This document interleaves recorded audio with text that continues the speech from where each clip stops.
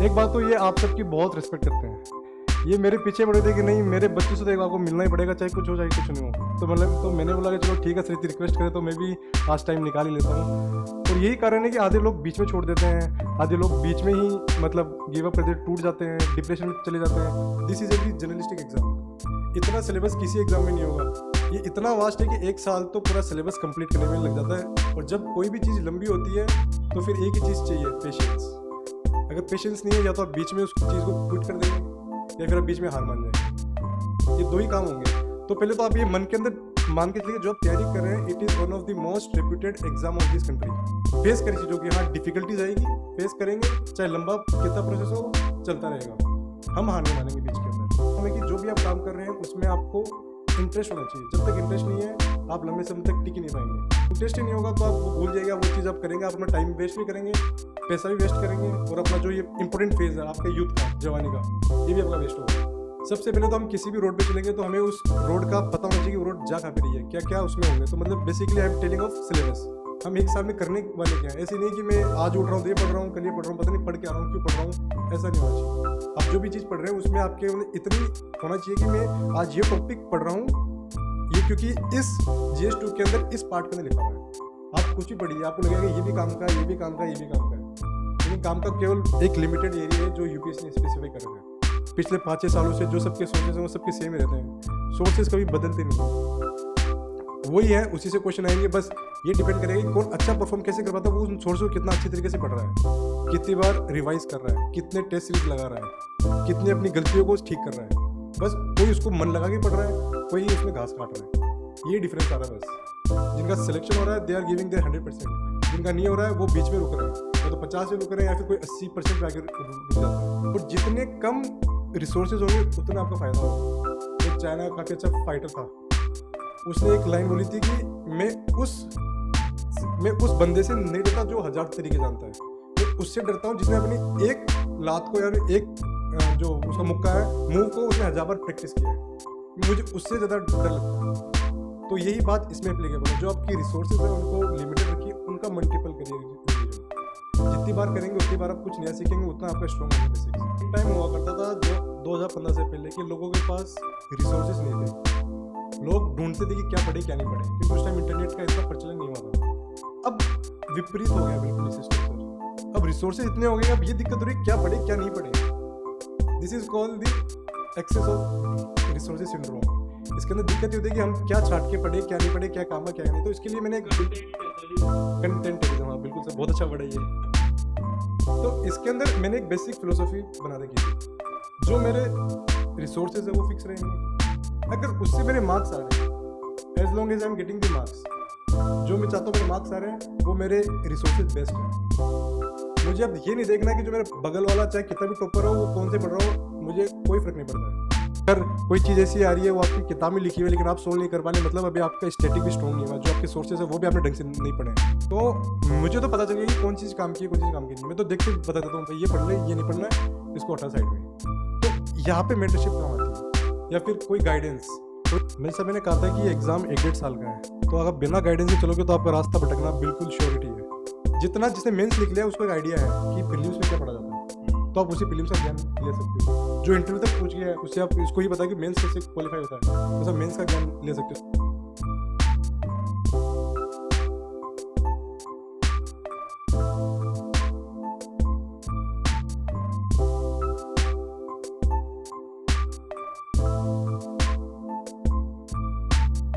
Hello everyone, a very good afternoon to all of you. स्वागत है आप सभी का फिर से अनंतम IAS के इस प्लेटफॉर्म पर। कैसे हैं आप सभी? Good afternoon. Please mute your mic. बहुत सारे बच्चे हैं तो प्लीज म्यूट योर माइक और मैसेज करते रहिए, जस्ट, है ना। जैसे फ्यूचर ऑफिसर लिख रहे हैं, मस्त हूं sir, good afternoon. Okay, I hope you all are good, doing well. मेरी आवाज सब तक आ रही होगी, आई होप। चलिए, तो फाइनली जैसा कि मैंने आपसे वादा किया था, कल वाली क्लास में और परसों वाली क्लास में मैं लगातार आपसे बात कर रहा था, और एक तो मेरे को बहुत सारे पुराने बच्चों को देख के बड़ा अच्छा लग रहा है। रवि यादव देखो वहां है, ये काजल कुमारी ये रही यहाँ पर, है ना, ये सृष्टि है, बहुत सारे बच्चों को विवेक राजपूत, है ना, अच्छा लग रहा है सबको देख के दोबारा। और सून अब मैं थोड़ी और अनाउंसमेंट भी करूंगा साथ में, तो अब हम लगातार मिलते भी रहेंगे। खैर, तो अगेन जैसा कि मैंने आपको मेरे टेलीग्राम के थ्रू और अध्ययन बैच जो मैंने ग्रुप्स बनाए हुए हैं उन ग्रुप्स में मैंने आपको मैसेज डाला था कि मैं आपको बहुत जल्दी यूपीएससी सीएससी टॉपर 2024 से मिलवाऊंगा। तो फाइनली मैं बता देता हूं आपको कि आज जो सेशन लेंगे उनका नाम है विशाल सर। विशाल सर के बारे में मैं बताऊं तो Vishal sir is from IIT Delhi. Vishal sir 2024 में यूपीएससी क्वालिफाई हैं ऑलरेडी, और विशाल सर की दिसंबर में ज्वाइनिंग है। और विशाल सर ने 2023 में आईबी का जो पेपर है, इंटेलिजेंस ब्यूरो, वो ग्रुप बी का जो पेपर है वो भी क्लियर किया, लेकिन उसको ज्वाइन नहीं किया। एंड 2025 का जो ये वाला मेंस है वो भी विशाल सर लिख के आए हैं, ठीक है। और अभी दिसंबर में इनकी ज्वाइनिंग है। तो फाइनली क्योंकि फाउंडेशन था, फाउंडेशन एक्चुअली फाउंडेशन होता है लबासना में, ठीक है, तो फाउंडेशन के लिए जा नहीं पाए क्योंकि 2025 में इनका मेंस था। तो अब मेंस देने के बाद अभी वो रिजल्ट का फिर से वेट कर रहे हैं। आई होप इस बार और अच्छी रैंक आए सर की, तो सर को इस बार आईएएस मिले। और अभी ये ज्वाइनिंग इनकी जो है 8 दिसंबर से है, 8 दिसंबर से ज्वाइनिंग है। तो लखनऊ में 8 दिसंबर से ट्रेनिंग पे जा रहे हैं फिर से। तो मुझे लगा कि सर को एक बार आपसे मिलवा देता हूं, क्योंकि सर ने सेकंड अटेम्प्ट में ही अपना जो एग्जाम है उसको क्वालिफाई किया। He is from IIT Delhi. तो इन्होंने कुछ ऐसे हैक्स भी बनाए, जो मेरी बात हो रही थी सर से, इन्होंने कुछ ऐसे हैक्स भी बनाए जिसकी वजह से प्रीलिम्स इन्होंने क्वालिफाई किया, मेंस में बहुत अच्छा स्कोर लेके आए। बहुत लिमिटेड रिसोर्सेज इन्होंने पढ़े और बहुत अच्छा स्कोर जो है उन्होंने मेंस में हासिल किया। और आईआईटी का बैकग्राउंड है तो उसका एक बहुत बेनिफिट भी मिलता है, ठीक है। और सेकंड अटेम्प्ट में ही इन्होंने निकाल लिया। हालांकि 2023 में इन्होंने ज्वाइन नहीं किया क्योंकि जब तक मेंस का जो है रिजल्ट आ चुका था और तब तक इंटरव्यू के लिए फाइनली सर सिलेक्ट हो चुके थे। तो एक बार अगेन बहुत सारे क्वेश्चंस मैं आपके बिहाफ पे पूछूंगा।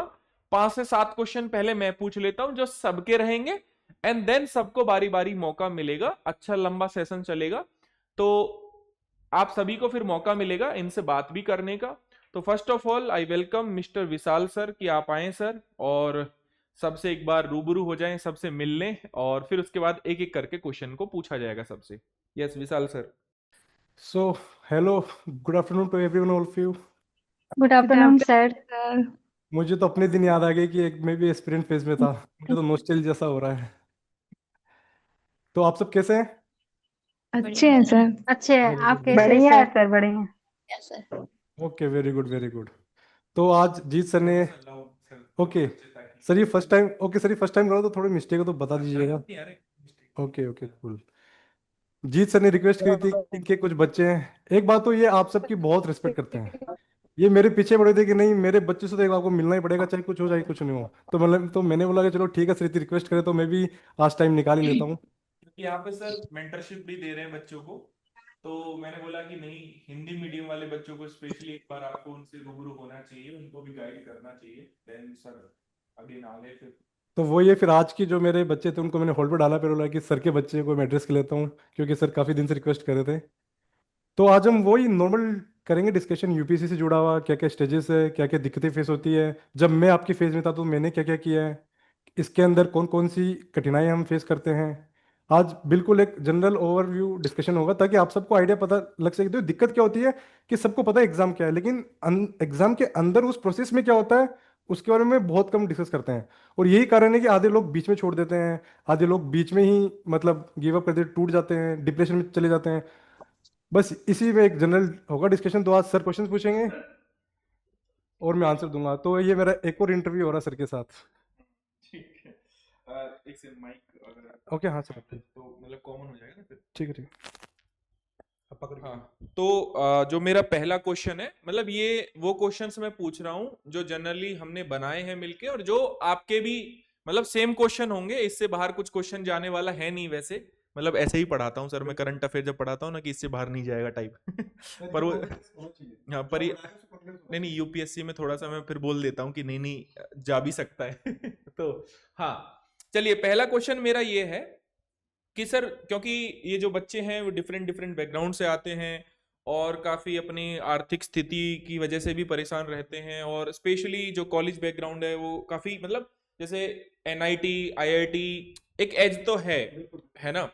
तो मतलब मैं चाहता हूं कि जितने भी बच्चे लाइव देख रहे हैं और जो कि बहुत अच्छे से विश्वास करते हैं और मेरे नाम पे बहुत मतलब सारे बच्चों ने, जैसे मैंने केजीएस छोड़ा एंड देन उसके बाद यहाँ पे शिफ्ट हो गए, तो इनको बहुत बेसिक बेसिक बातें मतलब बहुत जाननी है, जैसे कि तैयारी वास्तव में बहुत बेसिक लेवल से कैसे करें और कैसे करें कि सिलेक्शन में वो कन्वर्ट हो जाए। सबसे बड़ी बात क्या है कि उसको सिलेक्शन में तैयारी तो बहुत सारे बच्चे करते हैं, बट उसको सिलेक्शन में कन्वर्ट करना है, स्पेशली हिंदी मीडियम वाले बच्चों को। इस चीज को भी एड्रेस कीजिएगा। और डे 1 से लेकर डे 365, क्योंकि एक, yes please mute yourself, Ravi Yadav please mute. हाँ, डे 1 से लेकर डे 365 का जो साइकिल है, उस साइकिल में अपना शेड्यूल कैसे बनाए कि उसको फॉलो करते रहें, कंसिस्टेंट रहें उस पे। तो पहला क्वेश्चन मेरा ये है, आई नो कि एक क्वेश्चन में बहुत सारे क्वेश्चन होंगे, और आपने इस पे कैसे किया, मतलब आपने इस पे कैसे काम किया, अगर आप वो भी बता देंगे तो काफी अच्छे से ये बच्चे उसको भी फॉलो करके, मतलब बोलते हैं ना कि जो ऑलरेडी सक्सेस है और सक्सेस पानी है तो उसके कदमों के पीछे चलते चलते चले जाओ, तो एटलीस्ट उस मंजिल पे पहुंच जाओगे जहां पर वो है। और आपका एक्सपीरियंस, क्योंकि ऑलरेडी आप मेंस लिख चुके हो कई, 2024 में आपका क्वालिफाई आपने किया, 25 में फिर आप मेंस दे के आए हो, अभी ट्रेनिंग पे जा रहे हो, तो you have a lot of experience in this field. So that's why I want to ask what should be the mode of preparation and how, मतलब बेसिकली तैयारी कैसे करें and how we convert this preparation into selection. Okay sir, आपने बहुत सारे question पूछे हैं, तो मैं सबको धीरे धीरे एक एक करके एड्रेस करूंगा ताकि बच्चों को बिल्कुल क्लियर हो जाए। सबसे पहली बात तो ये जो एग्ज़ाम है, this is a very journalistic exam. इतना सिलेबस किसी एग्ज़ाम में नहीं होगा कि आपको 4 तो जीएस करने हैं, फिर ऐसे करना है, फिर ऑप्शनल करना है। और जीएस अपने आप में बहुत सारे सब्जेक्ट्स हैं, जीएस और हिस्ट्री है, वर्ल्ड हिस्ट्री है, आपकी ज्योग्राफी है, तो मतलब it is a very vast syllabus. ये इतना वास्ट है कि 1 साल तो पूरा सिलेबस कंप्लीट करने में लग जाता है, रिवीजन की तो बात आप छोड़ दीजिए। तो ये बात है कि this is a very long process, और जब कोई भी चीज़ लंबी होती है तो फिर एक ही चीज़ चाहिए, पेशेंस। अगर पेशेंस नहीं है, या तो आप बीच में उस चीज़ को क्विट कर देंगे या फिर आप बीच में हार मान जाएंगे, ये 2 ही काम होंगे। तो पहले तो आप ये मन के अंदर मान के चलिए, जो आप तैयारी कर रहे हैं, it is one of the most reputed exam of this country. सबसे सबसे इंपॉर्टेंट एग्जाम माना जाता है, क्योंकि जब आप ये एग्जाम क्वालिफाई करते हैं, आप इस देश को चलाएंगे आने वाले अपनी 30-35 साल के करियर के अंदर। कहीं ना कहीं आप ही होंगे हर जगह, जो आप इस देश को कैसे चलना है, क्या पॉलिसीज बनी है, किस तरीके से काम करना है। तो वो जो टाइम पीरियड है, जब जिस पोस्ट पे बैठोगे, उस पर भी ऐसा मानसिक लेवल होना चाहिए हमारा कि हम फेस करें चीज़ों की। हाँ, डिफिकल्टीज आएगी, फेस करेंगे, चाहे लंबा कितना प्रोसेस हो, चलता रहेगा, हम हार नहीं मानेंगे बीच के अंदर। तो ये माइंडसेट से आप जब इस एग्जाम में घुसे, तो मैं कहूँगा कि माइंडसेट बिल्कुल स्ट्रॉन्ग होना चाहिए कि लंबा एग्जाम है, टिके रहेंगे। और टिके रहने के लिए सबसे इंपॉर्टेंट एक और काम है कि जो भी आप काम कर रहे हैं उसमें आपको इंटरेस्ट होना चाहिए। जब तक इंटरेस्ट नहीं है, आप लंबे समय तक टिक ही नहीं पाएंगे। हम 3-3 घंटे की मूवीज आराम से देख लेते हैं। 3 इडियट्स मान लेते, एग्जाम्पल लेते हैं 3 इडियट्स, चाहे 2.5 घंटे की हो चाहे 4 घंटे की हो, मैं उसको पूरी देख लूंगा। क्यों? क्योंकि उसमें इंटरेस्ट आ रहा है। और ऐसे अभी कोई फालतू आई थी मूवी, कौन सी पता नहीं, कोई रामायण पे कोई बनाई थी मूवी जिसपे बहुत क्रिटिसिज्म होता, उसको आप, हाँ सैयारा जो भी है, उसको आप 10-15 मिनट देखेंगे, उसमें आप बोर हो जाएंगे, या तो आप उसको बंद कर देंगे। तो मतलब आप दोनों में एक चीज़ देख रहे हैं।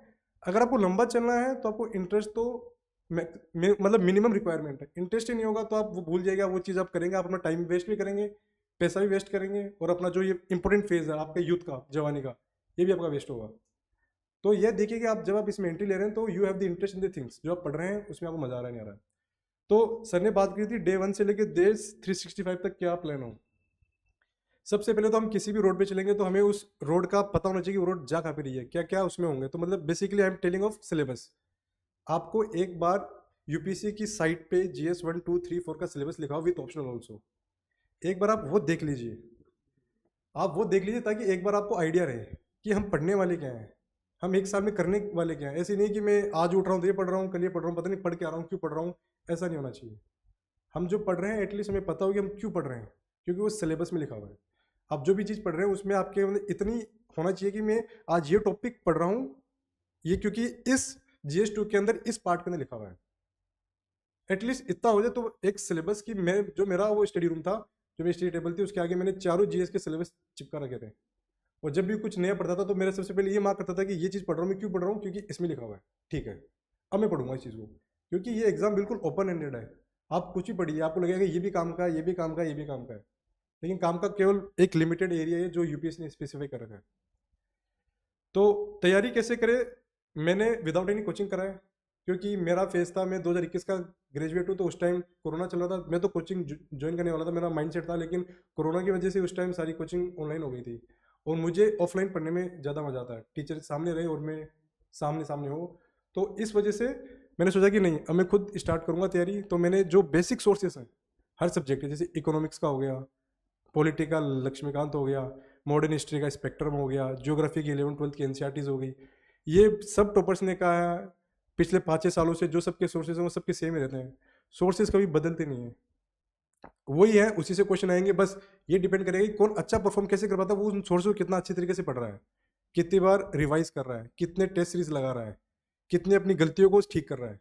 सोर्सेज सबके सेम है, अगर आपको ऐसा लग रहा है कि मैं ये चीज़ पढ़ के निकाल दूंगा, ऐसा कभी नहीं होगा, सब वही पढ़ रहे हैं, बस कोई उसको मन लगा के पढ़ रहा है, कोई उसमें घास काट रहा है, ये डिफरेंस आ रहा है बस। जिनका सिलेक्शन हो रहा है दे आर गिविंग देयर 100%, जिनका नहीं हो रहा है वो बीच में रुक रहे हैं, या तो 50 पे रुक रहे हैं, या फिर कोई 80% पे आगे रुक जाता है। तो बस वही है, जो आपके मॉडर्न जो स्टैंडर्ड सोर्सेज हैं वो हज़ारों जगह लिखे हुए हैं, वही फॉलो करिए, बिना फालतू में इसके पीछे उसके पीछे मत भागिए।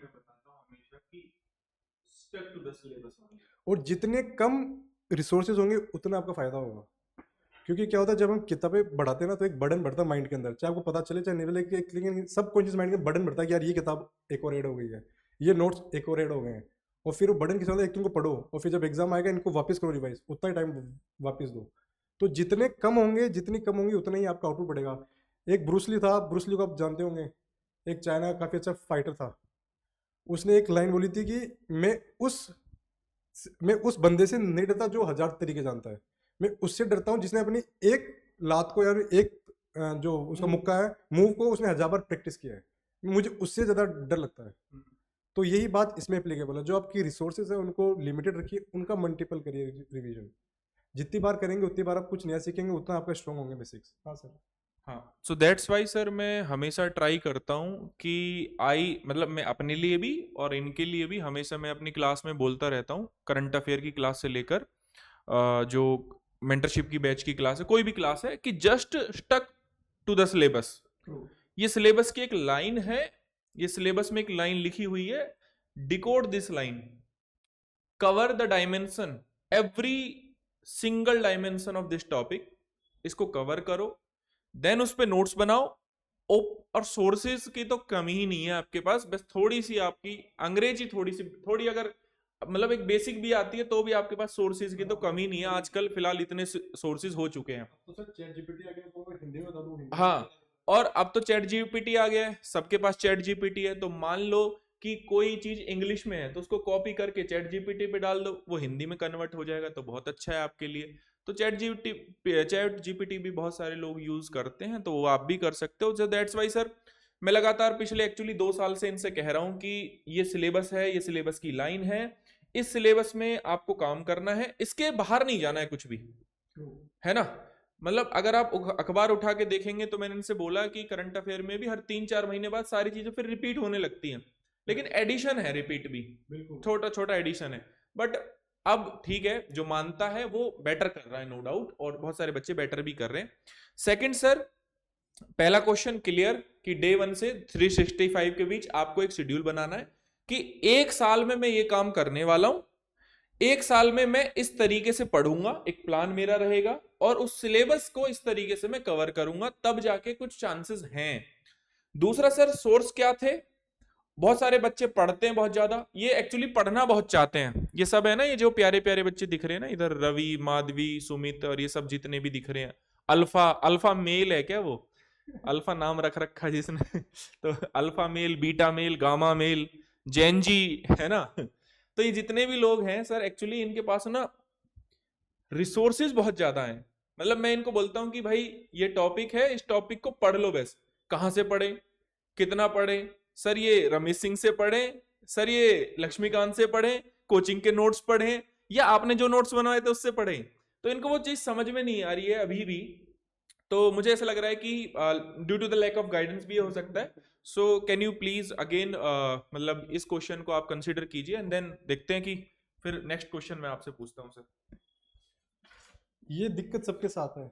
एक टाइम हुआ करता था जो 2015 से पहले कि लोगों के पास रिसोर्सेज नहीं थे, लोग ढूंढते थे कि क्या पढ़े क्या नहीं पढ़े, क्योंकि उस टाइम इंटरनेट का इतना प्रचलन नहीं हुआ था। अब विपरीत हो गया बिल्कुल ही सिस्टम सर। अब रिसोर्सेज इतने हो गए कि अब ये दिक्कत हो रही है क्या पढ़े क्या नहीं पढ़े। This is called the excess of resources syndrome. इसके अंदर दिक्कत ये होती है कि हम क्या छाट के पढ़े क्या नहीं पढ़े, क्या काम का क्या नहीं। तो इसके लिए मैंने कंटेंटरिज्म, हाँ बिल्कुल सर, बहुत अच्छा वर्ड है ये। तो इसके अंदर मैंने एक बेसिक फिलोसफी बना रखी थी, जो मेरे रिसोर्सेज है वो फिक्स रहेंगे। अगर उससे मेरे मार्क्स आ रहे हैं, as long as I am getting the marks, जो मैं चाहता हूँ मेरे मार्क्स आ रहे हैं, वो मेरे रिसोर्सेज बेस्ट है।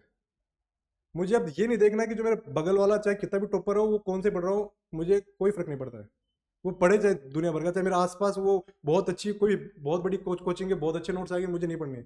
मेरे नोट्स से अगर मेरे मार्क्स आ रहे हैं, मेरे नोट्स बेस्ट है मेरे लिए। बस आपको यही एक ब्लूप्रिंट लेके चलना माइंड के अंदर, कि मेरे प्रीलिम से मार्क्स आ रहे हैं, जो मैंने फॉर एग्जांपल मैंने लक्ष्मीकांत पढ़ी है, इससे मेरे प्रीलिम से क्वेश्चन सोल्व हो रहे हैं, मार्क्स आ रहे हैं, वो बेस्ट बुक है। फिर चाहे 1000 बुक आ जाए मार्केट में, मैं तो वही किताब पढ़ूंगा बार बार। ऐसे आपका माइंडसेट होना चाहिए, क्योंकि इसमें आपका वही है कि जब ज़्यादा मिलता है तो हम भटकने के चांसेस ज़्यादा होते हैं। भटकना नहीं है, जिस चीज़ से आपको मार्क्स आ रहे हैं उसी पे टिके रहिए, उसी को बार बार करिए रिवाइज। और आप ये भी देखिए कि जो आप क्वेश्चन सोल्व नहीं कर पा रहे हैं वो क्या उस सोर्सेज में आया कि नहीं है। अगर लिखा हुआ है तो मतलब आपने वो जो आपका सोर्स है वो आपने ढंग से पढ़ा नहीं है, वो आपने सोर्स ढंग से पढ़ा नहीं है। अगर कोई चीज़ ऐसी आ रही है वो आपकी किताब में लिखी हुई है लेकिन आप सोल्व नहीं कर पा रहे, मतलब अभी आपका स्टैटिक भी स्ट्रॉन्ग नहीं हुआ, जो आपके सोर्सेज है वो भी आपने ढंग से नहीं पढ़े हैं। तो पहले वो पढ़ लो, उसके बाद किधर और देखना। मैं तो बोलूँगा मत देखना जब तक आपके उसे मार्क्स आ रहे हैं। सिर्फ एक करंट अफेयर्स ऐसी चीज़ है जो चीज़ एड ऑन होती रहती है, और इसके साथ साथ आप मेंटरशिप का फ़ायदा उठा सकते हैं। क्योंकि सिंस मेरे साथ है जीत सर है और भी सारे सर हैं, इन्होंने अपना अच्छा खासा टाइम दिया इस एग्जाम को, तो मुझे तो पता चल गया कि कौन चीज़ काम की है कौन चीज़ काम की नहीं है। मैं तो देखते बता देता हूँ भाई ये पढ़ ले, ये नहीं पढ़ना है, इसको हटा साइड में। तो यहाँ पे मेंटरशिप काम आती है, या फिर कोई गाइडेंस कोई भी हो आपका जिसने एग्जाम दे रखी हो, जो पढ़ा रहा हो, कुछ भी हो, उससे आप पूछ लीजिए कि भाई या बहन तू मुझे ये मेंटर कर देगी कौन सा काम है कौन सा काम का नहीं है। अगर मेरे से पूछेंगे पॉलिटी, मेरे लिए polity Laxmikanth is the best source. उसके साथ आप अखबार पढ़ लीजिए, सर ने जो करंट अफेयर्स के एड ऑन करवाए हैं नोट्स कोचिंग के थ्रू, वो एड ऑन कर लीजिए। बस इन 3 के अलावा मैं नहीं भटकूंगा। फिर चाहे कौन सी बुक आ जाए, कौन सा टॉपर आ जाए, नहीं भटकना मुझे। ये सब इंडिविजुअल बेसिस पे आपको करना पड़ेगा कि कोई क्या पढ़ रहा है, कोई क्या पढ़ रहा है। अगर आपके मार्क्स आ रहे हैं बस उसी पे टिके रहिए। क्योंकि हमें अभी पीएचडी नहीं करनी है इस एग्जाम के अंदर। लोगों को दिक्कत होती है कि मैं इस टॉपिक के अंदर इतना घुस जाऊंगा कि अब तो मुझे पीएचडी की डिग्री मिलनी चाहिए। हमें सिर्फ क्वेश्चन सोल्व करना है, मार्क्स लाने हैं, नौकरी निकालनी है, बस बात खत्म हमारी। सर इसमें एक वो है कि जैसे आपने बिना कोचिंग के तैयारी की है ना, तो मैं तो समझ सकता हूँ कि you are from IIT Delhi, तो यू हैव दैट एज कि ठीक है कोई बात नहीं हम खुद कर लेंगे। बट वो इनके साथ अलग अलग इश्यूज हैं। बट अब यहाँ पर अगर मैं बात करूं कि क्या आपने कहीं से फिर गाइडेंस भी ली थी, मतलब किसी की गाइडेंस, मतलब गाइडेंस मैटर करती है, इट मींस। तो आपने कहीं से गाइडेंस ली भी थी क्या? हाँ, मेरे सभी ने कहा था कि एग्जाम 1-1.5 साल का है, तो अगर बिना गाइडेंस के चलोगे तो आपका रास्ता भटकना बिल्कुल श्योरिटी है। कोई ना कोई ऐसा रखिए अपने पास, या तो मेंटर हो, कोई आपका सीनियर हो जिसने एग्जाम दिया हो, या फिर कोई इसमें इंटरेस्टेड हो, उसको अपने पास रखिए ताकि वो गाइड करते रहे। सर जब मैं अपनी तैयारी कर रहा था तो सीनियर जो मेंस लिख हाँ चुका हो, हाँ बिल्कुल बिल्कुल, हाँ एक स्टेज पे तो पहुंचा हो, बिल्कुल, जो जिसने मेंस लिख लिया उसको एक आइडिया है कि प्रीलिम्स में क्या पढ़ा जाता है, तो आप उसी प्रीलिम्स का ज्ञान ले सकते हो। जो इंटरव्यू तक पहुंच गया है उससे आप इसको ही पता कि मेंस कैसे क्वालिफाई होता है, तो सर मेंस का ज्ञान ले सकते हो। सर जब मैं अपनी तैयारी करता था, मेरे 3-4 सीनियर जो सिलेक्टेड आईएएस आईपीएस है, मैं उनसे डायरेक्टली कॉल पे बात करता कि सर मैं ये स्टार्ट कर रहा हूँ। मतलब जो हाँ बिल्कुल, ये जो आई थिंक ये भी एक प्रिविलेज ही है हाँ बिल्कुल सर, कि जो ऑलरेडी सिलेक्टेड कैंडिडेट्स हैं उनको आप सीधा कॉल कर रहे हो, हाँ and they pick your call and guide you कि नहीं नहीं ये वाला पढ़ लीजिए ना। आई थिंक वो आपके सीनियर आईआईटी दिल्ली में रहे थे या कैसे? नहीं सर, आईआईटी दिल्ली की स्नेह सर, ये मैं मानता हूँ कि ये exposure, I am very lucky to be in IIT Delhi, क्योंकि वहाँ पे ऐसी चीजें होती है, आपका एक्सपोजर बढ़ता लोगों से। उसके लिए तो आपने जेई निकाला ना सर, लकी क्या है, मतलब वो नहीं, भी तो मेहनत ही थी। नहीं सर वो मेहनत थी, लेकिन सर जो चीज़ मुझे मिल पा रही है वो औरों को नहीं मिल पा रही ना। यहाँ पे डिफरेंस आ जाता है कि आप एक अच्छे इंस्टीट्यूट से पढ़ते हैं या फिर आप किसी और इंस्टीट्यूट से पढ़ते हैं। लेकिन सर मैं मानता हूँ कि इस एग्जाम के अंदर यूपीएससी इस तरह से क्वेश्चन पेपर करता है डिजाइन कि सबको लगभग एक सिमिलर समान का मौका तो मिलता ही है, सिमिलर चांस तो मिलता ही है। 30-40 क्वेश्चन तक हाँ 30 साल फिर उसके बाद आपका वो है लक है, लक है मतलब लॉजिकल गेसिंग है, आप कितना एक्टिवली सोच पाते हैं। तो ये कि आप ये दिमाग से निकाल दीजिए कि मेरे पास ये नहीं वो नहीं है आपके पास। और अब तो इंटरनेट है, आप देख हम कैसे कनेक्टेड हैं, आप डायरेक्टली एक सिलेक्टेड कैंडिडेट से कैसे बात कर रहे हैं, दिस बिकॉज ऑफ इंटरनेट। तो इंटरनेट से आप हजारों वीडियोस हैं, आप देखिए किसने कैसे निकाला। सर मेरे बच्चों को एक्चुअली क्या था कि मैंने पिछली बार इनको दूसरे प्लेटफॉर्म पर पढ़ाया था केजीएस पर। वहां पर जब मैंने पढ़ाया तो लगभग 18 से 20 क्वेश्चन मेरी क्लास से थे 2025 के प्रीलिम्स में। तो सर 20% हो गया, बहुत अच्छा परसेंटेज। मतलब मैं क्योंकि सर बहुत ज्यादा मेहनत की थी इनके साथ, एक तो करंट अफेयर में भी और साथ ही साथ करंट अफेयर के अलावा भी मैंने जितने भी 300-400 टॉपिक्स हैं वो निकाले थे और फिर उसके बाद किए सारे, तो वहां से क्वेश्चंस आ गए सीधे। अब इनको वैसे ना मतलब जैसे ये कर लेते हैं जो मैं बोलता हूँ, ये इनको ये सब कर लेते हैं उसमें, है ना, मतलब बढ़िया करते हैं, पढ़ते भी हैं बट थोड़ा कंफ्यूज होते हैं लेकिन पढ़ लेते हैं, मेहनती तो हैं इस बात में तो मुझे भी डाउट नहीं है। दिक्कत यह है कि वो 30-40 क्वेश्चन के बाद जो प्रीलिम्स है ना वो इनका फंस जा रहा है। तो मेन कुछ है, कुछ अच्छी चीज जो काफी अच्छा रहे इनके लिए कि ये कल को प्रीलिम्स निकाले। मैं चाहता हूं कि जो बच्चे लाइव देख रहे हैं यहाँ पर वो सारे प्रीलिम मेंस में बैठे हैं, एक अलग एक्सपीरियंस देखें कि भाई मेंस में बैठ के फिर क्या मजा आता है, प्रीलिम्स निकलने की खुशी क्या होती है। मतलब एक बार वो इनके लिए हो तो मेरे को बहुत अच्छा लगेगा कि ये प्रीलिम्स निकाले कैसे, क्योंकि मेंस तक तो बाद में, पहले ये वाली स्टेज, क्योंकि सबसे ज्यादा अगर अनसर्टेनिटी अगर कहीं हो रही है तो प्रीलिम्स में हो रही है, not just because of the GS, just because of the CSAT as well, है ना। तो I want to ask you sir कि जीएस वाला और सीसेट वाला अगर दोनों एक साथ बता दें तो वो थोड़ा सा अच्छा हो जाएगा इनके लिए कि कैसे उसको करें, और आपने कैसे किया था, ये थोड़ा डिटेलिंग में कर देंगे ना तो अच्छा रहेगा आई थिंक। बिल्कुल, थोड़ा ठीक है पास में। ये क्वेश्चन को एड्रेस करने से पहले मैं आपको अपना पर्सनल एक्सपीरियंस दे देता हूँ। जब मैंने अपना फर्स्ट अटेम्प्ट दिया था मेरे से प्रीलिम्स में 65 मार्क्स थे, मैं कट ऑफ से 20-25 नंबर दूर था। मेरा तो पूरा कॉन्फिडेंस शटर हो चुका था कि इतनी पढ़ाई के बाद भी इतने मार्क्स आ रहे हैं तो मैं क्या गलती कर रहा हूँ। तो सबसे पहले आप एक काम करिए, अगर आप में से जिन्होंने भी पास्ट में प्रीलिम्स दे रखा है, एक A4 शीट लीजिए, A4 शीट के अंदर एक टेबल बनाइए, उसके अंदर 2 लाइन खींचिए, एक वर्टिकल एक हॉरिजॉन्टल। वर्टिकल के इधर लिखिए सब्जेक्ट्स जितने भी आते हैं, जैसे कि पॉलिटी, इकोनॉमिक, ज्योग्राफी। इसके बगल में लिखिए कि क्वेश्चंस सोर्स से आए हैं मेरे जो पढ़ रहा हूँ या फिर आउटसाइड आए हैं। जो सोर्स में आए उसमें आप ये देखिए कि अगर उसमें मेरी गलती ज़्यादा हो रही है सोर्स वाले के अंदर, वो तो मतलब मेरा स्टेटिक अभी वीक है। जो मेरे सोर्सेज है मैंने उनको ढंग से नहीं किया रिवाइज, तो वो तो भूल जाओ कि मैं कट ऑफ क्वालिफाई करूँगा। जब मैंने ये एनालिसिस किया था तो मुझे पता चल गया था कि मेरी हिस्ट्री, इन्वायरमेंट ये बहुत ज़्यादा वीक है। इनफैक्ट मैं तो हिस्ट्री में नेगेटिव मार्क्स आए थे, तो मैं तो पूरा टूट चुका था हिस्ट्री में। अरे भाई मैं इतना पढ़ गया था, कुछ हुआ ही नहीं फाइनली। लेकिन इससे मुझे क्या फ़ायदा हुआ, मुझे पता चल गया कि मेरी हिस्ट्री वीक है, इन्वायरमेंट वीक है। मैंने इनके सोर्सेज को वापस, यू वॉन्ट बिलीव, मैंने स्पेक्ट्रम की बुक को 10 से 20 बार पढ़ दिया था अगली बार प्रीलिम्स देने से पहले। ये तो नहीं पढ़ते हैं सर तुरंत कह रहे लक्ष्मीकांत खत्म हो गई, चलो डीडी बासु पढ़ेंगे। नहीं, सोर्सेज मत बढ़ाइए। मैंने सिर्फ उसके बाद केजीएस की किताब अलग है इनके पास, फिर मिस्र सर के नोट्स हैं अलग से, फिर इन्होंने जो नोट्स बनाए वो हैं, फिर मेरे करंट अफेयर के नोट्स हैं, तो ये जो 10 सोर्सेज से पढ़ते हैं सर ये। नहीं ऐसा कुछ नहीं है सर, इसीलिए भटकते हैं लोग। मैंने ये पहले भी एड्रेस किया है, सोर्सेज जितने कम होंगे, लिमिटेड होंगे, उतना ही आपके फायदा है। I can give this guarantee on writing. जितने कम होंगे उतने ही आपके सिलेक्शन के चांसेस बढ़ेंगे। लेकिन बस ये शर्त है कि जो सोर्सेज हैं उसका मल्टीपल जितनी बार हो उतनी बार मैक्सिमम। जैसे मैंने लक्ष्मीकांत तो पता नहीं 30 से 35 बार अपने हाथ के नीचे से निकाल दिए टोटल सर। एग्जाम से पहले मैं उसको एक दिन पहले भी एक बार निकाल के जाता था ताकि कोई भी स्टैटिक क्वेश्चन मेरे से गलत नहीं हो। जो किताब में से क्वेश्चन, जो किताब में से बनेगा क्वेश्चन, वो मेरा किसी भी हालत में गलत नहीं हो। जैसे अगर आज आपको लक्ष्मीकांत खत्म करनी हो तो कितने दिन में कर सकता था? सर मैं तो अब घंटों में कर दूंगा, इससे आदत हो गई है। हाँ बिल्कुल। देखना है बस हाँ बस अब तो पेज पलटना, क्योंकि इतनी बार मार दी तो मुझे पता है कि कहाँ पे क्या चीज़ लिखी है, बस वो देखना है कि कोई चीज़ मिस ना हो जाए। तो यही है कि अपने सोर्सेज कम रखो, मल्टीपल करो रिवीजन।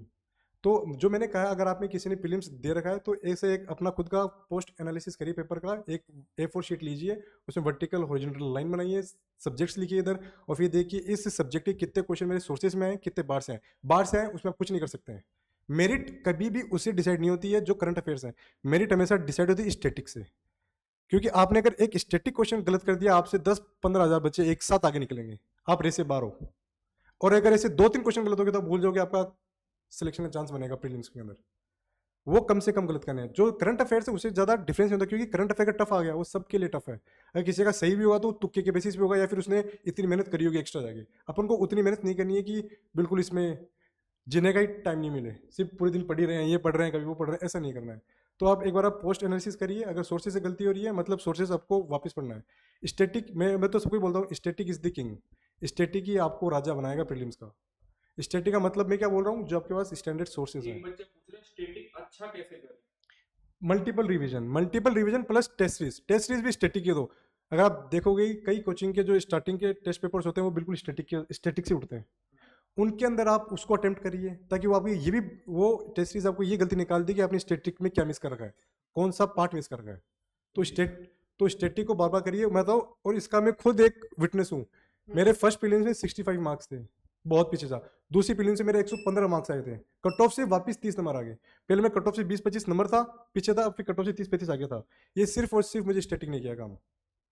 और फिर जब और बस करंट अफेयर को हर दिन देखते रहिए कि ये चल रहा है देश के अंदर, ये चल रहा है, ठीक है ठीक है ठीक है ठीक है मुझे, हाँ बस, और क्या चाहिए सर। सर मैं हर दिन, सर मैं तो क्या इंग्लिश मीडियम से था, तो मैं तो हर दिन एक बायजूस का आता था उस टाइम, वो फॉलो करता था, हर दिन फॉलो करता था। लेकिन सर अगर आप इतना पर्सनल गाइडेंस देंगे तो ये तो और भी अच्छा होगा सर। नहीं, डेली में प्रैक्टिस क्वेश्चन के साथ साथ बहुत डिटेल में आर्टिकल बता। हाँ बिल्कुल, मैं तो सिर्फ इनको ऊपर ऊपर से देखता था कि पता रहे कि चल क्या रहा है। लेकिन स्टैटिक को multiple, that's my advice for prelims. अगर आप ये करके जाओ, मैं आपको गारंटी लिख के दे सकता हूँ कि आपका प्रीलिम्स कोई नहीं रोक पाएगा। लेकिन स्टैटिक के अंदर आपका स्ट्राइक रेट 80% होना चाहिए। मतलब अगर 100 क्वेश्चन आ रहे हैं स्टैटिक से, तो आपके 80 तो किसी भी हालत में सही होने चाहिए। सर वो सी सेट कैसे निकालें? हाँ सर, दूसरा क्वेश्चन सी सेट। अब सर ये इतना टफ हो चुका है, मैं आपको बता रहा हूँ, 2023 का अभी तक का सबसे टफ आया था सी सेट। उसमें मेरे दोस्त हैं IITians, वो नहीं क्वालिफाई कर पाए थे। मतलब आईआईटी वाले भी फेल हो गए थे 2023 में। सब बहुत सर, इवन मैथ्स ऑप्शनल था जिनका, वो फेल हो गए थे, क्योंकि और कॉन्फिडेंस में थे हम। मेजोरिटी जो देखो, मैं ये मानता हूँ कि जो Tier 1 इंस्टीट्यूट्स में पढ़ा हुआ, कॉलेज में पढ़ा हुआ, उनमें एक सर अंदर से एक और कॉन्फिडेंस होता है इस एग्जाम को लेके, कि मैं एनआईटी कि कि मेरा तो पूरा ही इंजीनियरिंग का बैकग्राउंड रहा है, अगर मैं ये सी सेट पढ़ूंगा तो ये तो मेरी तोहिन हो जाएगी। सर तो मानते हैं, सब कई लोग मानते हैं। तो मैं बोलूँगा कि सी सेट अगर आपका वीक है, तो आप देखिए कि देखो सी सेट के 3 सेक्शन होते हैं। कॉम्प्रिहेंशन रीडिंग, वो आप पढ़ते हैं एक पैराग्राफ, दूसरा आता है मैथ्स, और तीसरा आती है रीजनिंग। ये 3 सेक्शन है।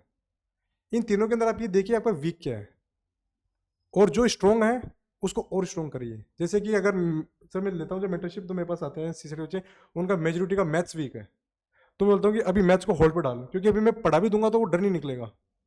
उनका स्ट्रॉन्ग होता है कॉम्प्रिहेंशन पढ़ना, तो मैं उनको कॉम्प्रिहेंशन और स्ट्रॉन्ग करवाता हूँ।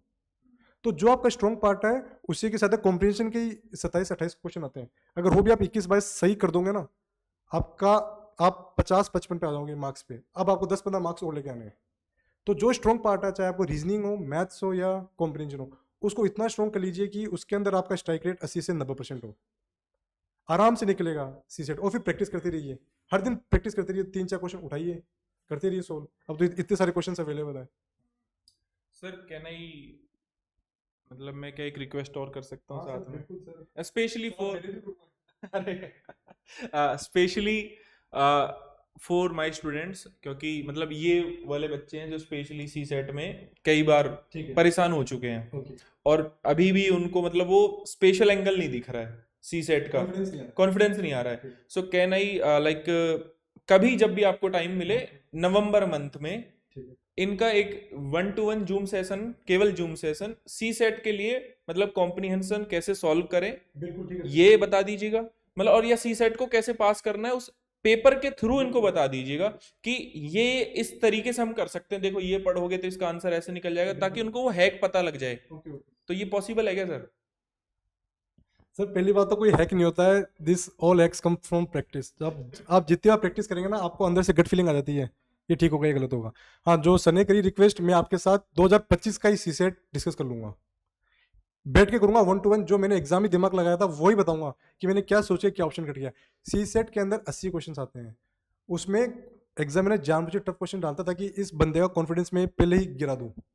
बस उससे लगा कि CSAT is not about doing every question. हमें हर क्वेश्चन नहीं करना है, हमें ईजी ढूंढना है, ईजी को पकड़ के सोल्व करना है। क्योंकि इसके मार्क्स तो जुड़ेंगे नहीं, सिर्फ आपको 66 नंबर लाने हैं। ये आराम से आएंगे अगर आप इजी क्वेश्चन ढूंढेंगे। अपनी ईगो पे कभी मत लेना कि मैं तो मैथ्स का बादशाह रहा हूँ तो मैं तो मैथ्स ही करूंगा और मैथ्स ही करूंगा। जो सर 2023 में हुआ था ना सर, 2023 में मैथ्स बहुत टफ आई थी। तो जो मैथ्स के ऊपर गए थे कि मैं तो मैथ्स ही करूंगा, कुछ नहीं करूंगा। सर मैं आपको मेरा पर्सनल एक्सपीरियंस बताता हूँ, मैं मैथ्स कर रहा था, मेरे हाथों फूल गए थे भाई, इतना टाइम लग रहा है क्वेश्चन में तो फिर तो भूल जाओगे मेरा रहेगा। तो सर मैंने बीच में मैथ्स छोड़ा, वापस में कॉम्प्रिहेंशन में शिफ्ट हो गया। कॉम्प्रिहेंशन उस साल बहुत सिंपल आए थे, एक बार पढ़ोगे आंसर आएगा। कॉम्प्रिहेंशन और रीजनिंग से मे बी हम सिर्फ मैंने अपना पूरा टाइम दिया था कॉम्प्रिहेंशन और रीजनिंग को, उससे मेरा सीसेट आराम से होगा, 80-85 नंबर आ गए। तो मैं यही बोल रहा हूँ, कभी भी सीसेट के अंदर में टफ क्वेश्चंस नहीं करने हैं, ईगो पे नहीं लेना है। ईगो पे लोगे तो फिर पानी में डूबोगे, ये पक्का है। ये एग्जाम उन लोगों का ही नहीं जिनमें ईगो काफी ज्यादा है। ये एग्जाम वो हर चीज में आपको ब्रेक करेगा ईगो, चाहे वो प्रीलिम्स हो, चाहे मेंस हो, चाहे इंटरव्यू हो। अगर आप में ईगो होगा तो इंटरव्यू पकड़ लेता है कि ये ईगोइस्टिक मैन है। तो वो मत लेके चलिए, हर चीज के लिए ओपन रही है। ये नहीं हो रहा, ठीक है, थोड़ी लड़नी है, हाँ। जो रखेंगे तो मानसिक लड़ाई है। बिल्कुल, ये मेरे से नहीं हो रहा है, मैं कुछ और कर लूंगा। मेरे से इंग्लिश नहीं हो रही, ठीक है, मेरे से मैथ्स हो रही है तो मैथ्स करूंगा, मैथ्स नहीं हो रही मैं कर लूंगा रीजनिंग कर लूंगा, रीजनिंग नहीं हो रही तो कॉम्पिटिशन कर लूंगा। इजी क्वेश्चन ढूंढिए, सीसेट के अंदर आराम से निकलेगा, कोई दिक्कत नहीं है। और जो सनी की रिक्वेस्ट में एक बार नवंबर के अंदर अपना, या तो कोई संडे को मैं फ्री रहता हूँ तो संडे को क्लास, संडे को एक ऐसे अरेंज हाँ बिल्कुल बिल्कुल नॉर्मली बिल्कुल पेन टैप पे ऐसे ही बिल्कुल बिल्कुल। पेपर दिखाएंगे इनको और पेपर सॉल्व करवा देंगे। और मैंने ऐसे किया था। और मैं इनको वही क्वेश्चन सोल्व करूंगा जो वो सिंपल है, जिसमें कोई फॉर्मूला भी नहीं लगेगा मैथ्स के अंदर। मैं ऐसे क्वेश्चन भी दिखाऊंगा आपको, कोई फॉर्मूला मेरे माइंड में है कि फॉर्मूला याद नहीं कर जाता, वहाँ पे जो नॉर्मल क्वेश्चन होते हैं वो पकड़ता हूँ, वो सोल्व करता हूँ, क्योंकि सारा टाइम उसी में लग जाता है GS 1 के अंदर ही पढ़ने के अंदर।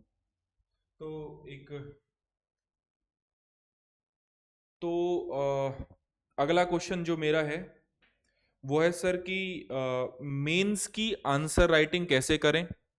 मतलब हालांकि मैं इनको करवाता हूँ मेंस की आंसर राइटिंग, और मेरे को ताजुब उन बच्चों पे होता है जो हिंदी कंपलसरी और इंग्लिश कंपलसरी के लिए भी बुक पूछते हैं। तो मुझे लगता है कि इनका कल्याणम तो निश्चित है है ना। मतलब हिंदी कंपलसरी इंग्लिश कंपलसरी में हो जाएगा भाई, पहले प्रीलिम्स तो निकालो, वो तो वैसे ही हो जाएगा। जो हिंदी कंपलसरी इंग्लिश कंपलसरी पूछ रहा है ना कि कैसे इसकी तैयारी करूं, आप समझ नहीं रहे हो कि आप कितना एकदम बिल्कुल, ये तो बहुत ही नॉनसेंस सवाल हो गया ना सर। ये मतलब ये सवाल क्यों, अभी क्यों जानते नहीं है वो ठीक है, लेकिन थोड़ा सा, क्योंकि फ्रॉम माय पर्सपेक्टिव मैं इनसे इंग्लिश के क्वेश्चन भी पूछ रहा हूँ, हिंदी के भी पूछ रहा हूँ, मैं थोड़ा इंग्लिश वर्ड्स भी यूज कर रहा हूँ ताकि इनको धीरे धीरे धीरे धीरे मैं उसकी ओर ढाल दूं। लेकिन पहले प्रीलिम्स अगर क्वालिफाई हो जाएगा तब ये मुझसे बात करेंगे तो वो तुरंत मतलब 75 300 में से 75 नंबर लाना आसान है, ठीक है। अगला सवाल सर मेरा कि आंसर राइटिंग तो मैं भी कराता हूं इनको, मैंने 2-3 क्लास ऑलरेडी अपलोड की हुई है यूट्यूब पर, और आंसर राइटिंग में ब्रेनस्टॉर्मिंग कराता हूं मैं बेसिकली इनको, है ना। तो ये क्या करते हैं कि डे 1 से, मतलब ऐसे लगो कि जैसे आपने मेंस लिख के क्वालिफाई कर लिया, तो आपने मेंस में जैसा आंसर लिखा ना, तो डे 1 से बच्चे आपकी तरह आंसर लिखना चाहते हैं। तो यह क्या पॉसिबल है? पहली बात तो क्या वो समय के साथ आएगा? कैसे आंसर राइटिंग कंटेंट के दिमाग में आने के बाद ही हो सकती है, या डे 1 से करें? सर ये मेंस के आंसर राइटिंग पे बहुत बड़ा सवाल है इनका ना। सर जो आपने पहला डाउट पूछा था वो कंपलसरी लैंग्वेजेस के लिए, मैं आपको रियलिटी बताता हूँ एग्जाम में क्या होता है। जिस दिन कंपलसरी का होता है 3 घंटे मिलते हैं, 75 नंबर लाने हैं, बच्चे 2 घंटे करके सोते हैं, उसके अंदर 1 घंटा सोते हैं, इतना आसान है वो। उस पर अभी मत फोकस करिए, पहले प्रीलिम्स निकाल लीजिए। वो था ना कि दूर के सपने देख रहे हैं, बगला कुछ हो नहीं रहा है। वो सर बक्सी, वो था ना, वो कौन सा, क्या नाम है, स्टैंड अप कॉमेडियन है ना, बस्सी। तो ये सीधे इंटरव्यू की तैयारी करते हैं, फिर मेंस की, फिर प्रीलिम्स की। तो इनका उल्टा PMI की जैसा होता है ना, प्रीलिम्स मेंस इंटरव्यू PMI, तो इंटरव्यू मेंस प्रीलिम्स ऐसा चल रहा है इनका उल्टा। कुछ बच्चों का ऐसा चल रहा है जिस हिसाब से क्वेश्चन पूछ रहे हैं ना, कि सीधा वो इंटरव्यू की तैयारी में है। हाँ नहीं ठीक है, अगर फिर भी आपको, आई एम जस्ट जोकिंग। हाँ बिल्कुल सर। तो इससे इंग्लिश और हिंदी कंपलसरी पेपर जितना मत डरिए, मैं बता रहा हूँ। जब आप मेंस लिखेंगे ना, आप देखेंगे कि 2 घंटे में आधी क्लास सो रही है, आधी क्लास सो रही है, आधी बाथरूम जा रही है, बार बार लोग करके बैठ जाते हैं। तो इतना मत डरिए उस पेपर से। और अगर फिर भी डर लग रहा तो आपके 1-2 साल के पीछे के वो पेपर्स देख लीजिए कि मुझे चीज आ रही समझ। एक निबंध लिखना, निबंध तो कोई भी लिख देगा, वो तो आपका ऐसे भी है। इंग्लिश और हिंदी के पेपर में सर एक निबंध आता है, अगर वो भी अच्छा लिख देंगे आप ऐसे ही पास कर जाएंगे। तो उसकी डर मत करिए। और सर जो आपका दूसरा क्वेश्चन था कि आंसर राइटिंग कभी स्टार्ट करें, डे 1 या फिर एक कंटेंट पढ़ने के बाद, मैं आपको बताता हूँ, अगर आप आंसर राइटिंग का फोमो तो रहता है कि भाई मैं पढ़ रहा हूँ, क्या मैं लिख पाऊंगा कि नहीं लिख पाऊंगा, तो अब इसके अंदर कुछ लोगों ने ये भ्रम फैला दिया कि डे 1 से आंसर राइटिंग स्टार्ट करिए।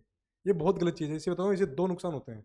अगर आप डे 1 से स्टार्ट करेंगे ना, पहली बात तो क्या होगा, आप पूरा आंसर लिख नहीं पाएंगे क्योंकि आप कंटेंट ही नहीं है। दूसरा, जब आंसर नहीं लिख पाएंगे तो आपका कॉन्फिडेंस गिरेगा, और कॉन्फिडेंस गिरेगा वही बात है, फिर आप बीच में ही हट जाएंगे इस पाथ से। इस जो 1 साल की जर्नी, आप पहले हार मान लेंगे भाई मैं इतना टाइम ले रहा हूँ, लिख और नहीं पा रहा हूँ, तो इससे आपका कॉन्फिडेंस गिरेगा। तो अभी मत करिए आंसर राइटिंग जब तक आपका कोई एक चीज़ ठीक ठाक प्रिपेयर नहीं हो गई है। जब आप एक पूरा टॉपिक, एक मान लो कि आपके एक सब्जेक्ट के अंदर 20-25 चैप्टर्स, जब आपके 12-15 चैप्टर्स पूरे हो जाए, तब आप क्वेश्चन अटेम्प्ट करिए उस सेक्शन के, फिर आप आंसर लिखना ट्राई करिए। इससे आप में कॉन्फिडेंस आएगा, और फिर आप ये भी चेक करोगे हाँ भाई अब मेरे पास कंटेंट भी है, मैं कंटेंट भी लिख पा रहा हूँ। जरूर टाइम आपको स्टार्टिंग में टाइम ज़्यादा लगेगा, मुझे भी लगा था।